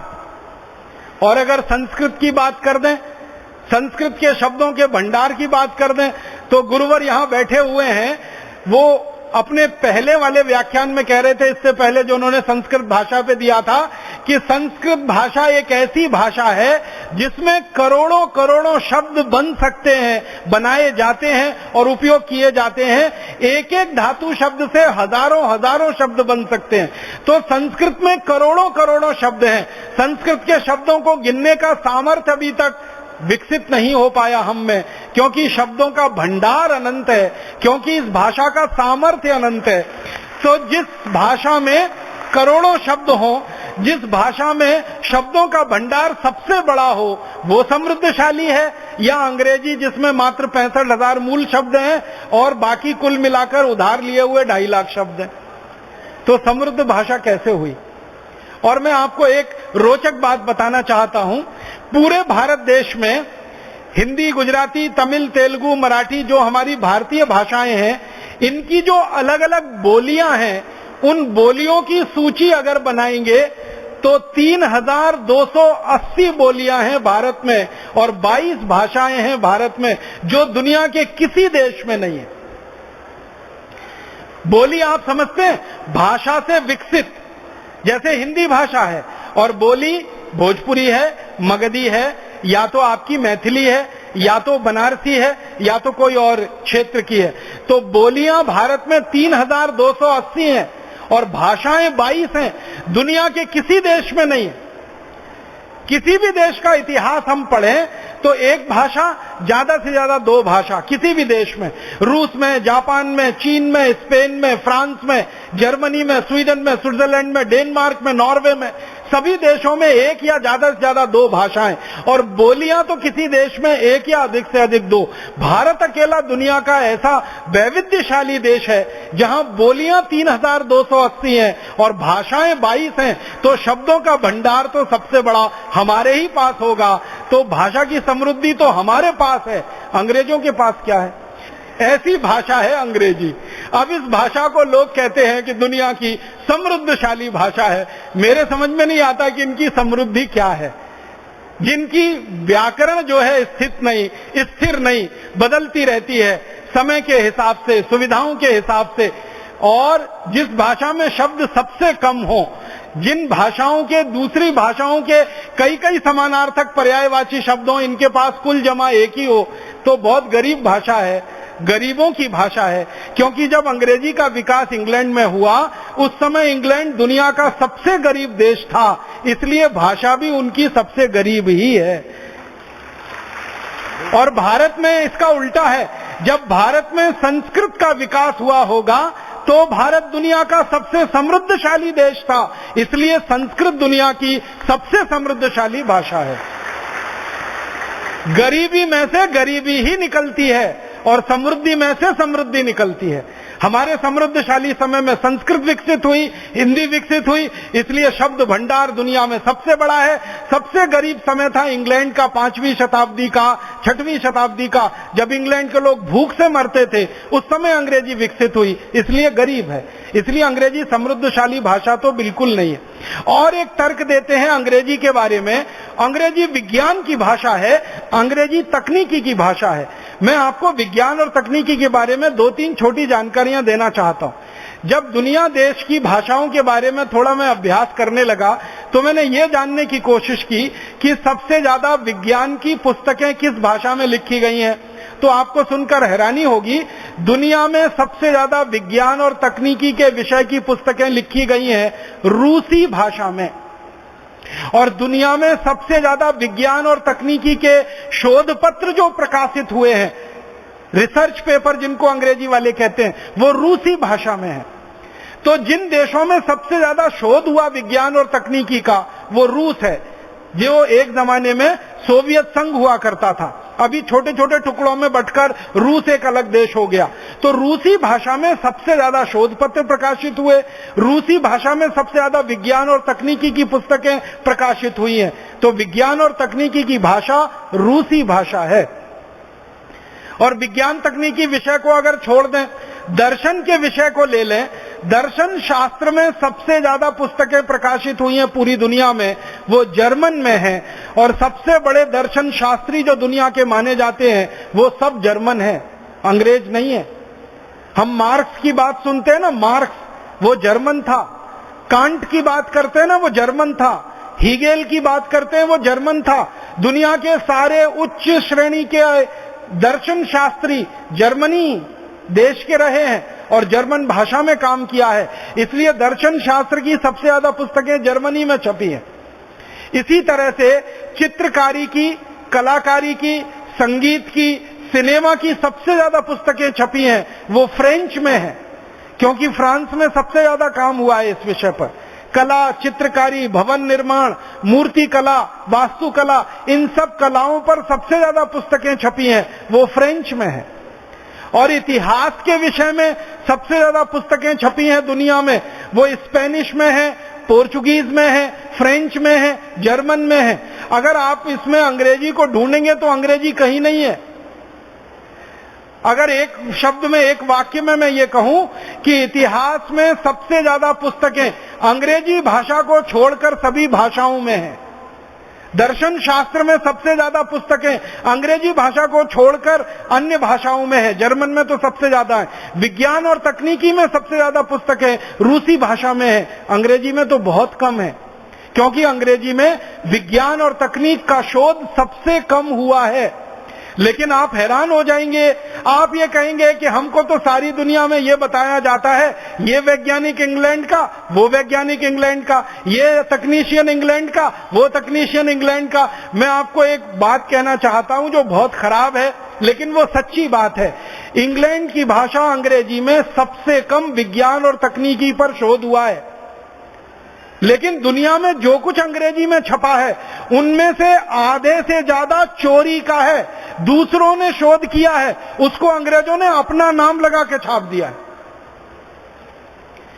कभी समय आया तो आपके सामने एक विषय पे बात करूंगा कि अंग्रेज वैज्ञानिकों ने भारत के वैज्ञानिकों की क्या क्या शोध चुराई है और कौन कौन सी तकनीकी अपने नाम से प्रकाशित कराई है।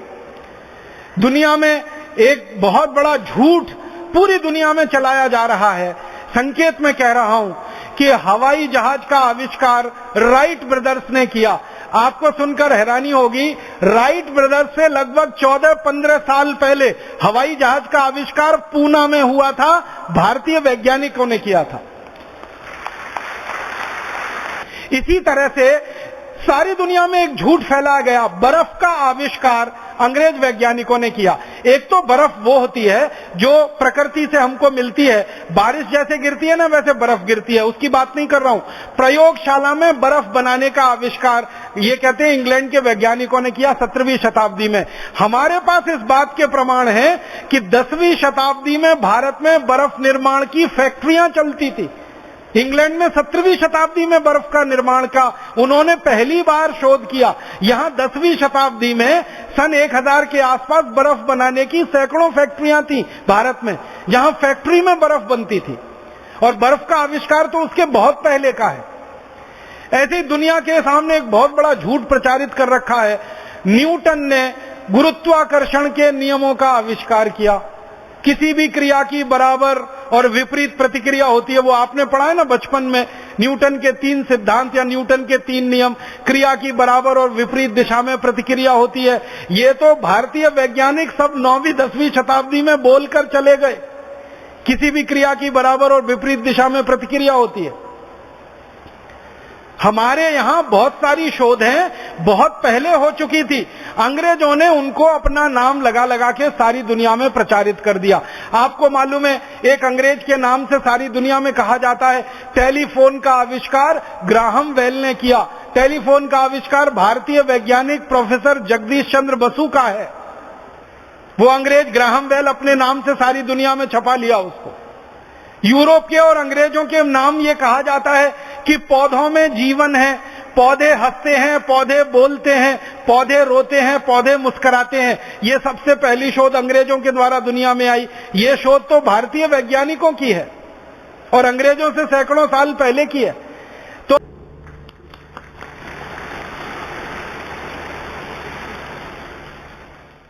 अंग्रेजों ने विज्ञान और तकनीकी में कोई मूल शोध नहीं किया है। दूसरे देशों में जो शोध हुए हैं उनको चुरा चुरा कर अपने नाम से प्रकाशित किया है। हम तो ऐसे एक मुश्किल में फंस गए कि जब अंग्रेज सारी दुनिया को ये कह रहे थे कि ये विज्ञान की शोध हमने की, ये विज्ञान की शोध हमने की, अगर उस समय भारत आजाद होता तो अंग्रेज सारी दुनिया के सामने झूठे सिद्ध हो जाते और हम उनके मुकाबले खड़े होकर कहते कि झूठ मत बोलो, ये शोध तो पहले भारत में हुई है और इस शताब्दी में हो चुकी है। ये आपको मालूम है चिकन पॉक्स एक बीमारी होती है, उसके टीके लगाने के आविष्कार के बारे में अंग्रेजों के नाम लिखा हुआ है कि टीके का आविष्कार अंग्रेजों ने किया। अंग्रेजों से 300 साल पहले इस भारत देश में चिकन पॉक्स का टीका बनता था और लगाया जाता था, उसके प्रमाण मिल चुके हैं और अब अंग्रेजों ने इसमें बोलना बंद कर दिया। इसे अंग्रेजों ने सारी दुनिया में एक झूठ फैलाया कि शल्य चिकित्सा में सबसे ज्यादा शोध हमने किया। अब उन अंग्रेजों के मुंह पर हम मार सकते हैं कि तुमने शल्य चिकित्सा में क्या किया। दुनिया की शल्य चिकित्सा में जो आधुनिकतम चिकित्सा मानी जाती है, प्लास्टिक सर्जरी, वो भारत में अंग्रेजों के आने के हजारों साल पहले से चल रही थी और उसके प्रमाण खुद अंग्रेज वैज्ञानिकों ने और अंग्रेज शल्य चिकित्सकों ने लिखे हैं अपनी पुस्तकों में। अब हमारी मुश्किल क्या है कि हम सारी दुनिया को अमेरिका और इंग्लैंड मानते हैं, और ये 2 देश हैं पूरी दुनिया में। इसके अलावा 198 और भी देश हैं पूरी दुनिया में। अब चूंकि अमेरिका, इंग्लैंड, कनाडा, ऑस्ट्रेलिया जैसे 3-4 देशों में अंग्रेजी है, तो हमारी दुनिया भी इन्हीं देशों तक सीमित हो गई है। हमारे लिए 7 समंदर पार माने इंग्लैंड, हमारे लिए 7 समंदर पार माने अमेरिका। 7 समंदर पार तो 198 देश हैं, ये इंग्लैंड और अमेरिका तो 2 हैं। तो चूंकि 2 देशों तक हमारी दृष्टि सीमित है, इसलिए हमको दिखाई देता है कि जो भी कुछ विदेशी नाम है वो सब अंग्रेज है। अंग्रेज नाम तो बहुत कम मिलेंगे दुनिया में। अगर आप बहादुरी में देखेंगे, जिन्होंने बहादुरी से सेनाओं के नेतृत्व करके दुनिया के देशों को जीता है, ऐसे लोगों की सूची बनाएंगे तो अंग्रेजों का नाम उसमें बिल्कुल नीचे फिसड्डी है। मैं आपको एक रहस्य की बात बताना चाहता हूं, जो थोड़े दिन पहले पता चली कि इंग्लैंड की तरफ से जितने बहादुर सेनापति दूसरे देशों को जीतने के लिए निकले, उनमें से एक भी इंग्लिश नहीं था, सब स्कॉटिश थे। सारे के सारे स्कॉटिश थे।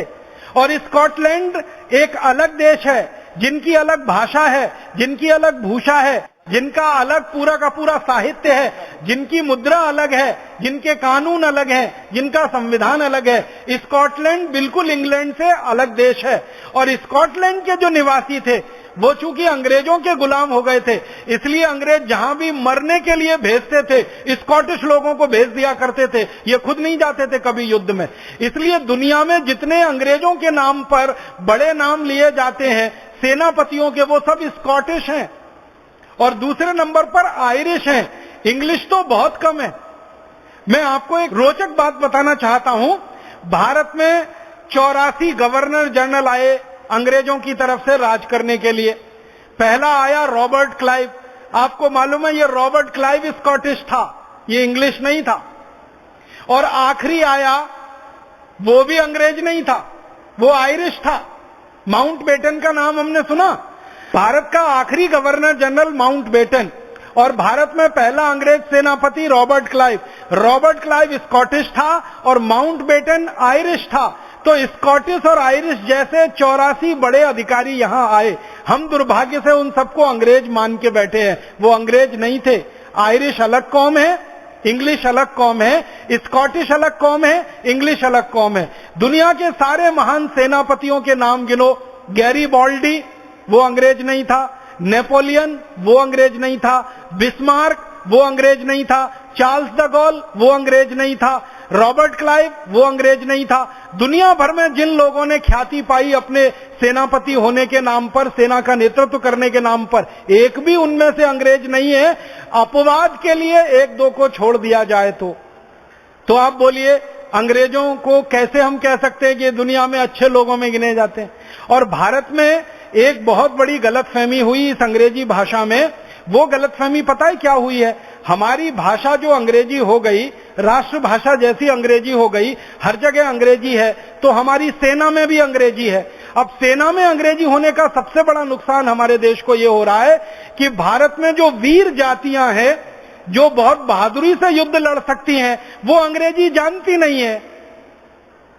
और जो लल्लू चप्पू किस्म के लोग हैं, जो वीरता में बिल्कुल शून्य हैं, सिर्फ अंग्रेजी जानते हैं, वो बड़े बड़े अधिकारी बन के बैठे हैं। इसलिए हम युद्ध हार गए चीन का 1962 में।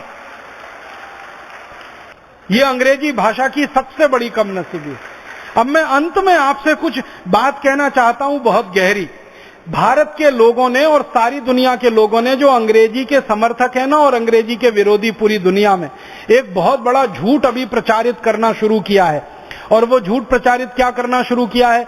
जैसे ही हम अंग्रेजी भाषा का विरोध करते हैं तो भारत में कुछ लोग कह देते हैं ये अंग्रेजी भाषा का विरोध माने ईसाइयों का विरोध कर रहे हैं, और ईसाइयों के समाज से अंग्रेजी को जोड़ना शुरू कर देते हैं। हमारे देश में ये संयोग की बात है कि ज्यादातर अंग्रेजी स्कूल ईसाई संस्थाओं के हाथ में है। ज्यादातर कॉन्वेंट और पब्लिक स्कूल ईसाई संस्थाओं के हाथ में है। तो जब हम अंग्रेजी का विरोध करते हैं तो ये ईसाई संस्थाएं समझती हैं ये हमारा विरोध कर रहे हैं। मैं सभी ईसाई संस्थाओं को विनम्रता पूर्वक एक बात कहना चाहता हूं और सारे देश का ध्यान इस बात की तरफ आकर्षित करना चाहता हूं कि परम पूजनीय ईसा मसीह की भाषा अंग्रेजी नहीं थी। ईसा मसीह ने पूरी दुनिया में घूम घूम कर जो संदेश दिए हैं, जो व्याख्यान किए हैं और जो कुछ उन्होंने लिखा है, जो कुछ बोला है, वो अंग्रेजी में नहीं है, वो एक दूसरी भाषा में है। उस भाषा का नाम है अरमैक। अरमैक नाम की एक भाषा चला करती थी ये इलाके में जहां इस समय इजराइल है, जहां इस समय फिलिस्तीन है। इजराइल है, फिलिस्तीन है, इस क्षेत्र में एक भाषा चला करती थी आज से कुछ वर्ष पहले तक, लगभग 2000 वर्ष पहले तक। उस भाषा का नाम है अरमैक और उसकी अपनी लिपि थी। और अरमैक लिपि को अगर आप समझना चाहें तो वो बिल्कुल वैसी ही थी जैसे बांग्ला लिपि है। हम बांग्ला लिखते हैं ना, बांग्ला, आसामी लिखते हैं, बिल्कुल इसी लिपि में अरमैक लिखी जाती थी। और अरमैक के बहुत सारे शब्द हिंदी में मिलते हैं। हो सकता है हिंदी में से बहुत सारे शब्द अरमैक में गए हों, क्योंकि हिंदी का इतिहास तो अरमैक से बहुत पुराना है। तो अरमैक भाषा में बोलते थे ईसा मसीह और अरमैक भाषा में लिखे गए उनके सारे व्याख्यान। और आपको यह भी जानकारी देना चाहता हूं कि दुनिया की सबसे पहली बाइबल लिखी गई वो भी अरमैक में लिखी गई। अंग्रेजी में बाद में उसका भाषांतर हुआ। तो दुनिया भर के ईसा मसीह को मानने वाले जो भी उनके फॉलोअर्स हैं उनको मैं निवेदन करना चाहता हूं कि अंग्रेजी ईसा मसीह की भाषा नहीं थी, अंग्रेजी बाइबल की भाषा कभी नहीं रही। ईसा मसीह के सारे व्याख्यान अरमैक में हुए, सब कुछ उन्होंने साहित्य अरमैक में लिखा है। इसलिए वो अपने आप को इस बात से जोड़कर ना देखें कि अंग्रेजी भाषा का विरोध ईसाइयों का विरोध है, ये बिल्कुल नहीं है। मैं तो दूसरी बात कहना चाहता हूं कि जब अंग्रेजी विकसित हुई तो उसने अरमैक भाषा को खत्म कर दिया, नेस्तनाबूद कर दिया। अंग्रेजी भाषा ने दुनिया की सैकड़ों सैकड़ों छोटी भाषाओं को खत्म किया है, उसमें से अरमैक भाषा को खत्म किया गया जिसमें मूल रूप से बाइबल लिखी गई सबसे पहले। और एक गहरी बात कहना चाहता हूं, दुनिया के सारे बड़े ग्रंथ जिन्होंने व्यवस्थाएं बदली हैं, जिन्होंने व्यवस्थाओं को नया बनाया है, जिन्होंने सारी दुनिया का इतिहास नया लिखा है, ऐसे सभी ग्रंथ अंग्रेजी भाषा में नहीं लिखे गए हैं। जैसे उदाहरण के लिए कुरान जो है ना वो अंग्रेजी में नहीं है, बाइबल जो है वो अंग्रेजी में नहीं है। दुनिया में यहूदी धर्म है, उसकी एक पवित्र पुस्तक है जिसको जिंदावस्था कहते हैं, वो हिब्रू में लिखी हुई है, वो अंग्रेजी में नहीं है, क्योंकि यहूदियों की मातृभाषा हिब्रू है, अंग्रेजी नहीं है। और इजराइल जो देश बना है वो हिब्रू मातृभाषा को अपनाकर नया देश बना है। तो कुरान अंग्रेजी में नहीं, जिंदावस्था अंग्रेजी में नहीं, बाइबल अंग्रेजी में नहीं। और हम भारत के वेदों की बात करें तो कोई वेद अंग्रेजी में नहीं। ऋग्वेद है, अथर्ववेद है, यजुर्वेद है, सामवेद है, सब संस्कृत में है। उपनिषद सारे संस्कृत में है। माने जिन शास्त्रों ने, जिन ग्रंथों ने दुनिया को बदला है, दुनिया की व्यवस्थाओं को बदला है, क्रांतियां की हैं जिन शास्त्रों ने और ग्रंथों ने, एक भी ग्रंथ पूरी दुनिया में अंग्रेजी का नहीं लिखा हुआ है। आप सोचो कितनी गरीब भाषा है ये अंग्रेजी। हमारे देश के बारे में और दुनिया के देशों के बारे में एक और सच्चाई मुझे कहनी है, वो ये कि भारत को छोड़कर दुनिया में ऐसा एक भी देश नहीं है जहां विदेशी भाषा का अखबार छपता हो।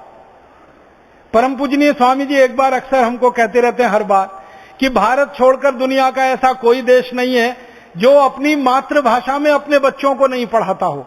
माने भारत अकेला देश है जो विदेशी भाषा में अपने बच्चों को पढ़ाता है। अब इसमें एक चीज और जोड़ दीजिए, भारत दुनिया का अकेला देश है जहां विदेशी भाषाओं के अखबार छपते हैं और बिकते हैं। भारत को छोड़कर दुनिया के किसी देश में विदेशी भाषाओं के अखबार बिकते नहीं है। छपते तो हैं लेकिन मिलते नहीं है आसानी से। फ्रांस में जाएंगे, फ्रेंच के ही अखबार मिलेंगे, अंग्रेजी का अखबार ढूंढते हुए आप परेशान हो जाएंगे। स्विट्जरलैंड में जाएंगे, सब अखबार स्विस में मिलेंगे, अंग्रेजी का अखबार ढूंढते परेशान हो जाएंगे। जर्मनी में जाएंगे, चीन में जाएंगे, जापान में जाएंगे, सब जगह अखबार मिलेंगे उनकी मातृभाषा के, बिकेंगे, छपेंगे, मिलेंगे। भारत एक अकेला देश है जहां कहीं भी चले जाइए अंग्रेजी के अखबार तो जरूर मिल जाएंगे।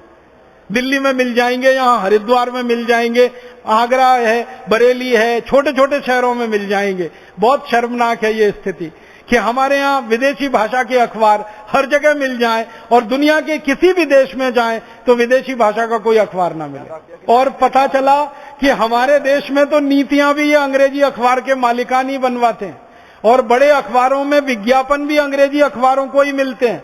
और चूंकि विज्ञापन ज्यादा अंग्रेजी अखबारों को मिलते हैं इसलिए नीतियां बनवाने में उनकी बड़ी महत्वपूर्ण भूमिका है। और भारत के जो नीति निर्धारक हैं, अधिकारी और नेता, ये ज्यादातर अंग्रेजी अखबार पढ़ते हैं और वो उसी से प्रभावित होकर नीतियां बनाते हैं। इसलिए आम आदमी के जीवन से जुड़ी हुई कोई समस्या का समाधान भारत की नीतियों में नहीं मिलता, व्यवस्थाओं में नहीं मिलता। मैं एक दो छोटी सी कुछ गहरी और दिल की बात आपसे कहना चाहता हूं। वो ये, भारत के बारे में एक बहुत गहरी बात जो मुझे बहुत चुभती है वो ये कि आजादी जब नहीं मिली थी तब इस देश में गुलामी थी और 565 छोटे छोटे राज्य हुआ करते थे। आजादी मिल गई, आजादी आ गई और 565 राज्यों के अब 33 राज्य बन गए।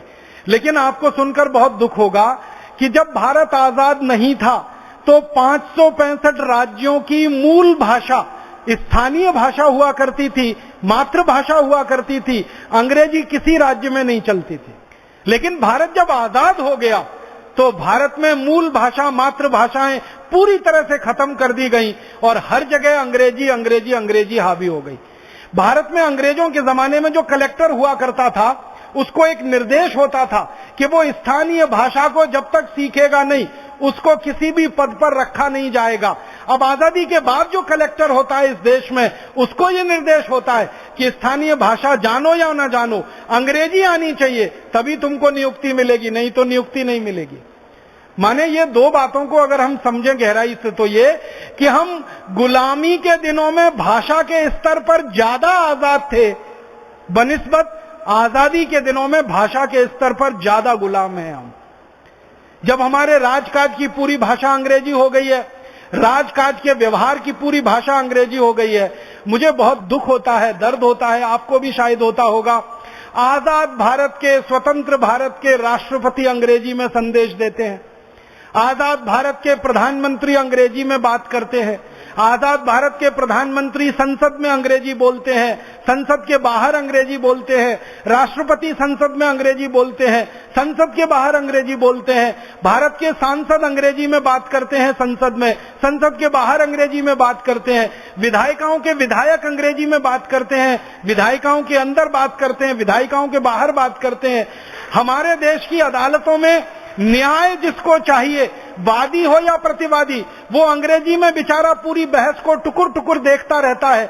जैसे बकरे को हलाल करते समय बकरा अपनी आंखों से देखता रहता है टुकुर टुकुर, ऐसे न्याय की अदालत में खड़ा हुआ हमारे देश का कोई न्याय पाने वाला व्यक्ति पूरी बहस को अंग्रेजी में देखता रहता है। न उसके समझ में आती है, न उसके पल्ले पड़ती है। उसका वकील अंग्रेजी में बोल रहा है, सामने वाला वकील अंग्रेजी में जवाब दे रहा है, न्यायाधीश अंग्रेजी में सवाल कर रहा है, अंग्रेजी में जवाब दे रहा है, अंग्रेजी में पूरा का पूरा वो न्याय का फैसला लिख रहा है, वो फैसले की छपाई अंग्रेजी में हो रही है और वो न्याय पाने वाले के हाथ में दे दी जाती है, भाई तुम इसको पढ़ लो और समझ लो। क्या पढ़ेगा, क्या समझेगा, क्योंकि 1 करोड़ से भी कम लोग अंग्रेजी जानते हैं, समझते हैं। बहुत दुख होता है जब हम बाजारों में जाते हैं, दुकानों पर नाम पट्टिकाएं अंग्रेजी में लिखी गई हैं, दुकानों पर मिलने वाली वस्तुओं के नाम अंग्रेजी में लिखे गए हैं। हम इस देश में गलियों में, द्वारों पर घूमते रहते हैं, द्वारों के बाहर नाम पट्टिकाएं अंग्रेजी में है, द्वारों की गलियों के नाम अंग्रेजी में है, सड़कों के नाम अंग्रेजी में है। सरकार ने आज तक वो नाम नहीं बदले हैं। कहीं करजन रोड है, कहीं लॉरेंस रोड है, कहीं मैकडॉवल रोड है, तो कहीं पैथिक लॉरेंस रोड है, तो कहीं लिलिथगो रोड है, तो कहीं डलहौजी रोड है, तो कहीं डलहौजी नगर है, तो कहीं वास्को डिगामा नगर है।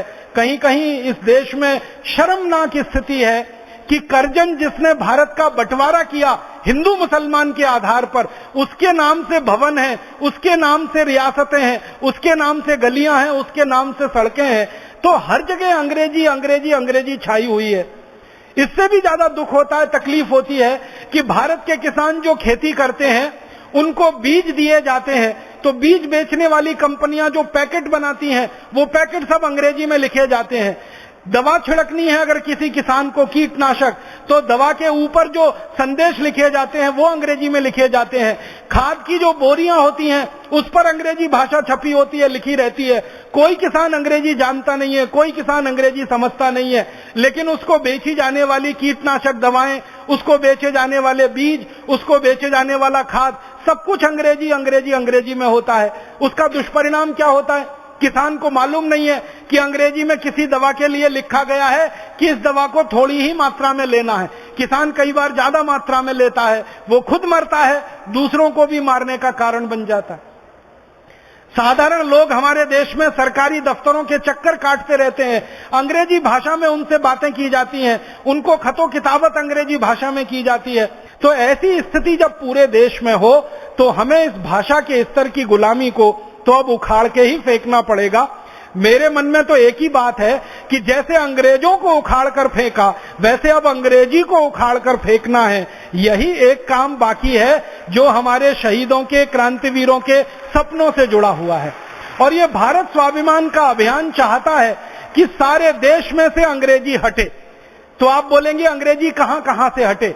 मैं निवेदन करना चाहता हूं, अंग्रेजी हमारी अदालतों से हटे, अंग्रेजी हमारी शिक्षा व्यवस्था में से हटे, अंग्रेजी हमारी शासन व्यवस्था में से हटे, अंग्रेजी हमारे कारखानों से हटे, अंग्रेजी हमारी फौज में से हटे, अंग्रेजी हमारी प्लाटून में से हटे, अंग्रेजी हमारे वैज्ञानिक संस्थानों से हटे, अंग्रेजी हमारे कृषि संस्थानों में से हटे, अंग्रेजी हमारे रोजमर्रा के जीवन में काम आने वाली सरकारी संस्थाओं में से हटे। इन सभी जगह से अंग्रेजी हटाई जाए।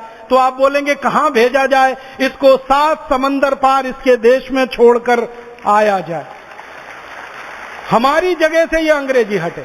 या तो ये 7 समंदर पार भेजी जाए अंग्रेजी, या इस अंग्रेजी को पुस्तकालयों में बंद कर दिया जाए, या इस अंग्रेजी को विदेशी भाषा के शिक्षण संस्थानों में दे दिया जाए। विदेशी भाषा के शिक्षण संस्थान खोल दिए जाएं, उनमें अंग्रेजी सीखने और सिखाने का काम चलता रहे, बाकी भारत के हर स्थान से अंग्रेजी हट जाए। तो आप कहेंगे जी कुछ लोगों को अंग्रेजी सीखनी है, जिनको अंग्रेजी सीखनी है वो विदेशी भाषा के शिक्षण संस्थानों में दाखिला ले लेंगे, अंग्रेजी सीख लेंगे। आपने देखा है दिल्ली में बड़े बड़े होर्डिंग्स लगे हैं, बोर्ड लगे हैं, 60 दिन में अंग्रेजी बोलना सीखिए। कोई कहता 30 दिन में अंग्रेजी बोलना सीखिए। अभी यहां हरिद्वार में तो ऋषिकुल चौक पर होर्डिंग लगा है, 15 दिन में अंग्रेजी बोलना सीखिए। जब हमारे यहाँ इतने महान महान लोग हैं जो 15 दिन में अंग्रेजी बोलना सिखा सकते हैं, तो 15 साल क्यों बर्बाद करना अंग्रेजी सीखने में? हम तो 15 दिन में सीख लेंगे। ऋषिकुल चौराहे पर बोर्ड लगा हुआ है, वहां जाके भर्ती हो जाएंगे, 15 दिन में कुछ टूटी फूटी अंग्रेजी सीख जाएंगे, और इतनी तो सीख जाएंगे कि अंग्रेजों से बात कर सके, उनको समझा सके, उनकी समझ सके। हमको अंग्रेजी भाषा 15-15 साल पढ़ने की क्या जरूरत है? पहली कक्षा से अंग्रेजी, दूसरी से अंग्रेजी, तीसरी से अंग्रेजी, और अंतिम कक्षा तक अंग्रेजी। ये तो बहुत बड़ा अत्याचार है। और इस अत्याचार में नुकसान पता है क्या होता है? हम भाषा को सीखते सीखते सारा समय बर्बाद कर देते हैं, विषय हम सीख नहीं पाते। हमको गणित सीखना है, हमको दर्शन शास्त्र सीखना है, इतिहास सीखना है, भूगोल सीखना है, हमको भौतिकी सीखनी है, रसायन शास्त्र सीखना है, अन्य अन्य शास्त्र सीखने हैं, लेकिन ये चूंकि सब अंग्रेजी से जुड़े हुए हैं तो अंग्रेजी सीखने में ही 8-10 साल निकल जाते हैं। फिर इन शास्त्रों को सीखने का जब समय आता है तो अंग्रेजी के बोझे से इतने लद जाते हैं कि ये शास्त्र छूट जाते हैं, अंग्रेजी आगे आ जाती है। और जो लोग शास्त्र सीख जाते हैं उनको चूंकि अंग्रेजी नहीं आती है, इसलिए माना जाता है कि ये जिंदगी के हर क्षेत्र में बेकार है। और इसके चक्कर में हमारे देश का एक बड़ा नुकसान हो रहा है। 18 करोड़ विद्यार्थी प्राथमिक कक्षा में भर्ती होते हैं और अंतिम कक्षा तक निकलते निकलते वो 1 करोड़ रह जाते हैं। भारत सरकार कहती है 17 करोड़ विद्यार्थी केवल और केवल इस कारण से फेल हो जाते हैं कि वो अंग्रेजी नहीं जान पाते, नहीं सीख पाते। आप सोचो 17 करोड़ विद्यार्थियों के ऊपर कितना बड़ा अन्याय और कितना बड़ा अत्याचार हो रहा है। ये अन्याय और अत्याचार अब ज्यादा दिन हमें नहीं सहना है। इस अन्याय और अत्याचार के खिलाफ पूरी ताकत और बुलंदी से लड़ना है। भारत स्वाभिमान अभियान इसी काम के लिए समर्पित है और आप सभी भारत स्वाभिमान अभियान के कार्यकर्ता इसी के लिए समर्पित हैं। मैं आपसे निवेदन ये करना चाहता हूं कि आप अपने जीवन से शुरुआत करिए और इस विदेशी भाषा की गुलामी का जो जुआ आपने अपने कंधे पे ओढ़ रखा है, लाद रखा है, इसको एक क्षण में उठाकर फेंक दीजिए। एक झटके से इस गुलामी को हटाइए, अपने जीवन से इसको निकालिए। आप बोलेंगे हम हमारे जीवन से क्या करें, कैसी शुरुआत करें अंग्रेजी को हटाने की। अंग्रेजी को हटाने की सबसे पहली शुरुआत करिए कि आप अपने घर में बच्चों के नाम, बेटे और बेटियों के नाम अंग्रेजी में रखना तत्काल बंद करिए। हमने ऐसी मूर्खता अपने घरों में अपनाई हुई है, बेटे का नाम टिंकू, बेटी का नाम डिम्पल, ट्विंकल, बेबी, डबली, डॉली, डेजी, बबलू, डबलू, बबलू, डबलू, पता नहीं क्या क्या नाम है। नामों का अर्थ नहीं मालूम, रखे हुए हैं। मुझे कभी कभी इतनी हंसी आती है, पिताजी का नाम राम प्रसाद, माताजी का नाम गायत्री देवी, बेटे का नाम टिंकू। अभी राम प्रसाद और गायत्री देवी का टिंकू कहां से आया, जरा बताइए। और जिन महानुभावों ने अपने बेटों के नाम टिंकू रखे हुए हैं, उनको हाथ जोड़कर निवेदन कर रहा हूं, आज और अभी ये नाम बदल दें, क्योंकि टिंकू का अंग्रेजी में अर्थ होता है आवारा लड़का। आपका सीधा साधा अच्छा खासा बेटा, आप उसको टिंकू बोल बोल के आवारा बनाना चाहते हैं? नाम बदलिए उसका। अपने पास बहुत सुंदर सुंदर संस्कृत में नाम है, हिंदी में नाम है, मराठी में, तमिल में, तेलुगु में, कन्नड़ में, सब भाषाओं में अच्छे नाम है। तो बच्चों के नाम तत्काल बदल दीजिए और उनको ये टिंकू, पिंकू, डिम्पल, ट्विंकल, बबली, डबली, डबलू इन नामों से बुलाना तुरंत बंद कर दीजिए। यहां से शुरू करिए। फिर दूसरा निवेदन आपसे है वो ये कि अंग्रेजी भाषा को अपने हस्ताक्षर से हटाइए। हम अक्सर पत्र लिखते हैं, हिंदी में लिखेंगे, गुजराती में लिखेंगे, तमिल तेलुगु में, हस्ताक्षर अंग्रेजी में कर देंगे। तुरंत बंद करिए। सभी भारत स्वाभिमान के कार्यकर्ता अपने हस्ताक्षर मातृभाषा में करें या राष्ट्रभाषा में करें, अंग्रेजी के हस्ताक्षर तत्काल बंद करें। और आपके तो बैंक के खातों में जो हस्ताक्षर आपने दे रखे हैं ना नमूने के रूप में, वो तुरंत जाके बदलवा दें अगर वो अंग्रेजी में है तो। आप बोलेंगे बैंक बदलेगा, बिल्कुल बदलेगा। बैंक को एक निवेदन पत्र दीजिए, आपके हस्ताक्षर का नमूना एक दिन में बैंक बदलने को तैयार है, क्योंकि बैंकों में अब ये नीति है कि हिंदी में लिखे हुए पत्र, हिंदी में हस्ताक्षर किए हुए चेक या ड्राफ्ट बैंक में स्वीकार होते हैं। तो आपके बैंक खातों से हस्ताक्षर का नमूना बदलें, वो हिंदी में करें, मातृभाषा राष्ट्रभाषा में करें। तीसरा काम, आपके घरों के बाहर अगर आपने अंग्रेजी नाम रखे हुए हैं, KN शर्मा, ये शर्मा तो समझ में आता, KN क्या है? AN Sharma, DN Sharma, AB Pathak, AB Shukla, ये AB क्या है, DN क्या है, AN क्या है? पीछे वाला तो समझ में आ रहा है, ये आगे वाला क्या है? पूरा नाम लिखिए ना, दया शंकर शर्मा, कृपा शंकर शर्मा, राम अवध शर्मा, राधे श्याम शर्मा। उसको RS शर्मा क्यों कर रहे हैं? अंग्रेजियत में क्यों जा रहे हैं? तो अपने नामों को नाम पट्टिकाओं से बदलिए। और घरों के नाम अगर आपने कुछ इस तरह से अंग्रेजियत वाले रखे हैं तो वो घरों के नाम हिंदी में करिए, मातृभाषा राष्ट्रभाषा में करिए। और एक कदम आगे बढ़िए, घर के बच्चों को अंग्रेजी में कोई कविता मत सिखाइए, कोई कविता मत सुनाइए। हमारे घरों के बच्चों को हमने ऐसी मूर्खतापूर्ण कविताएं सिखा रखी हैं, rain rain go away, come again another day, little baby wants to play. इसका अर्थ समझो, रेन रेन गो अवे माने बारिश बारिश तुम चली जाओ, कभी भी मत आओ क्योंकि मुझे खेलना है। अब हर बच्चा यही बोल रहा है, बारिश बारिश तुम चली जाओ, कभी भी मत आओ, मुझे खेलना है। करोड़ों बच्चे बोल रहे हैं, भगवान ने प्रार्थना सुन ली तो, बारिश को वापस बुला लिया तो बारिश तो होगी नहीं, तो अन्न तो पकेगा नहीं, तो धरती तो प्यासी रहेगी, तो हम भूखे रहेंगे, पूरे देश में अकाल पड़ेगा। इसलिए बच्चों को यह कविता मत सिखाइए, रेन रेन गो अवे। उनको दूसरी कविता सिखाइए। एक बहुत सुंदर कविता है, मराठी में है, ये रे पाऊसा तुला देतो पैसा, पैसा झाला खोटा पाऊस आला मोठा। माने बारिश बारिश तुम जल्दी आओ, जोर जोर से आओ, नहीं आओगी तो मैं पैसा देने को तैयार हूं तुमको, एक बार आ जाओ।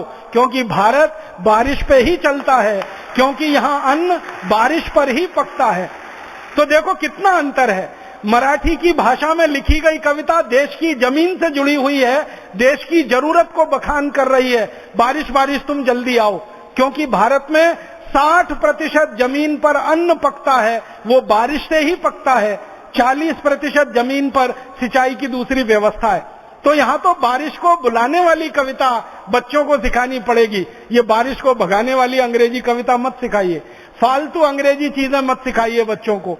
Twinkle twinkle little star how I wonder what you are, Johnny Johnny yes papa eating sugar no papa, open the mouth, फिर हा हा हा।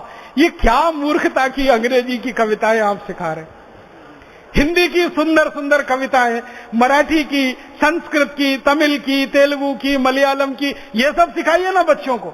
तो घर में बच्चों को इस तरह से बड़ा करिए, मातृभाषा की कविताएं, मातृभाषा की कहानियां। और आप ध्यान रखना, जब बच्चे को मातृभाषा की कविता आप सिखाएंगे, मातृभाषा की कहानी पढ़ाएंगे, सुनाएंगे, वो 2-3 घंटे में याद कर लेगा। अगर अंग्रेजी में वही सिखाएंगे 2-3 महीने भी याद नहीं कर पाएगा और जबरदस्ती उसको रटेगा और बार बार भूल जाएगा। फिर आप डंडा मार मार के उसको गधा बना देंगे। गधा भी बहुत अच्छा होता है, हमारे अंग्रेजी विद्यार्थी तो उससे भी गए भी थे। परम पूजनीय स्वामी जी ने एक दिन हमको चाणक्य जी को पढ़ाया, तो उसमें बताया कि गधे से भी सीखो। तो गधा भी कितना ऊंचा है, यहां तो अंग्रेजी वाले उसके भी नीचे हैं। उससे क्या सीख सकते हैं हम अंग्रेजी वाले से? गधे से भी कुछ सीख सकते हैं, कुत्ते से भी सीख सकते हैं, घोड़े से भी सीख सकते हैं, लेकिन अंग्रेजी वाले से तो वही सीख सकते हैं, rain rain go away come again another day. तो ये अंग्रेजी घर में से निकालो, जीवन में से निकालो। अंग्रेजी में कभी बातचीत मत करो, कोशिश करो कि अंग्रेजी के शब्द कम से कम आए, और अंग्रेजी बोलते समय कुछ गलती हो जाए तो शर्मिंदा मत होना कभी। मुझे बहुत बार ऐसा लगता है कि हम लोग अंग्रेजी बोलने की कोशिश करते हैं और उसमें कुछ गलती हो जाती है, और होना वो स्वाभाविक है, क्योंकि हमारी मातृभाषा नहीं है, वो विदेशी भाषा है। उसमें गलती हो जाए तो कौन सी ऐसी खास बात है। इसलिए अंग्रेजी में कभी गलती हो जाए तो शर्मिंदा मत करना अपने आप पर। मुझे तो लगता है कि अंग्रेजी में गलती हो जाए तो गर्व करना, क्योंकि वो मातृभाषा नहीं है हमारी, इसलिए गलती हुई तो क्या दिक्कत है उसमें। कभी भी गर्व करना उस पे। मातृभाषा बोलने में गलती हो जाए, राष्ट्रभाषा बोलने में गलती हो जाए तो शर्म आनी चाहिए अपने आप पर। विदेशी भाषा बोलने में गलती हो जाए बिल्कुल शर्म नहीं करना। 1967 में सरकार ने जो कानून बनाया, और जो कानून इतना खतरनाक है कि भारत का एक राज्य भी अगर मना कर दे तो हिंदी लागू नहीं हो सकती और अंग्रेजी हट नहीं सकती। इस कानून को जल्दी से जल्दी बदलवाना है, और जरूरत पड़े तो संविधान के अनुच्छेद 343 में संशोधन कराना है, और इसके लिए भारत स्वाभिमान की ताकत को बढ़ाना है। जिस दिन हमारी ताकत भारत की राजनीतिक पार्टियों की ताकत से बड़ी हो जाएगी, भारत की सब राजनीतिक पार्टियों के पास कुल मिलाकर 4 करोड़ सदस्य हैं, जिस दिन भारत स्वाभिमान में कुल मिलाकर 5 करोड़ सदस्य हो जाएंगे, उस दिन ये कानून भी बदल जाएगा और संविधान में संशोधन भी हो जाएगा। तो हमारा लक्ष्य बहुत स्पष्ट है कि भारत स्वाभिमान की तरफ से संविधान में जरूरत पड़े तो संशोधन, कानून को तो पूरी तरह से बदल देना है जो 1967 में बना है, और नीतियों को बदल देना है, नियमों को बदल देना है। भारत के अस्पतालों से अंग्रेजी हटानी है, भारत के विश्वविद्यालयों से अंग्रेजी हटानी है, भारत के कृषि संस्थानों से हटानी है, भारत के वैज्ञानिक संस्थानों से अंग्रेजी हटानी है, राजकाज के स्तर पर अंग्रेजी हटानी है। जहां जहां अंग्रेजी भाषा के रूप में उपयोग हो रही है उस सब जगह से अंग्रेजी को हटाना है, और इसके लिए हमारे पूरे भारत की 22 भाषाओं को बोलने वाले, जीने वाले और उसमें आचरण करने वाले लोगों की ताकत को खड़ा करना है, क्योंकि ये 22 भाषाओं के बोलने वाले नागरिकों की ताकत है जो अंग्रेजी को हटाएगी।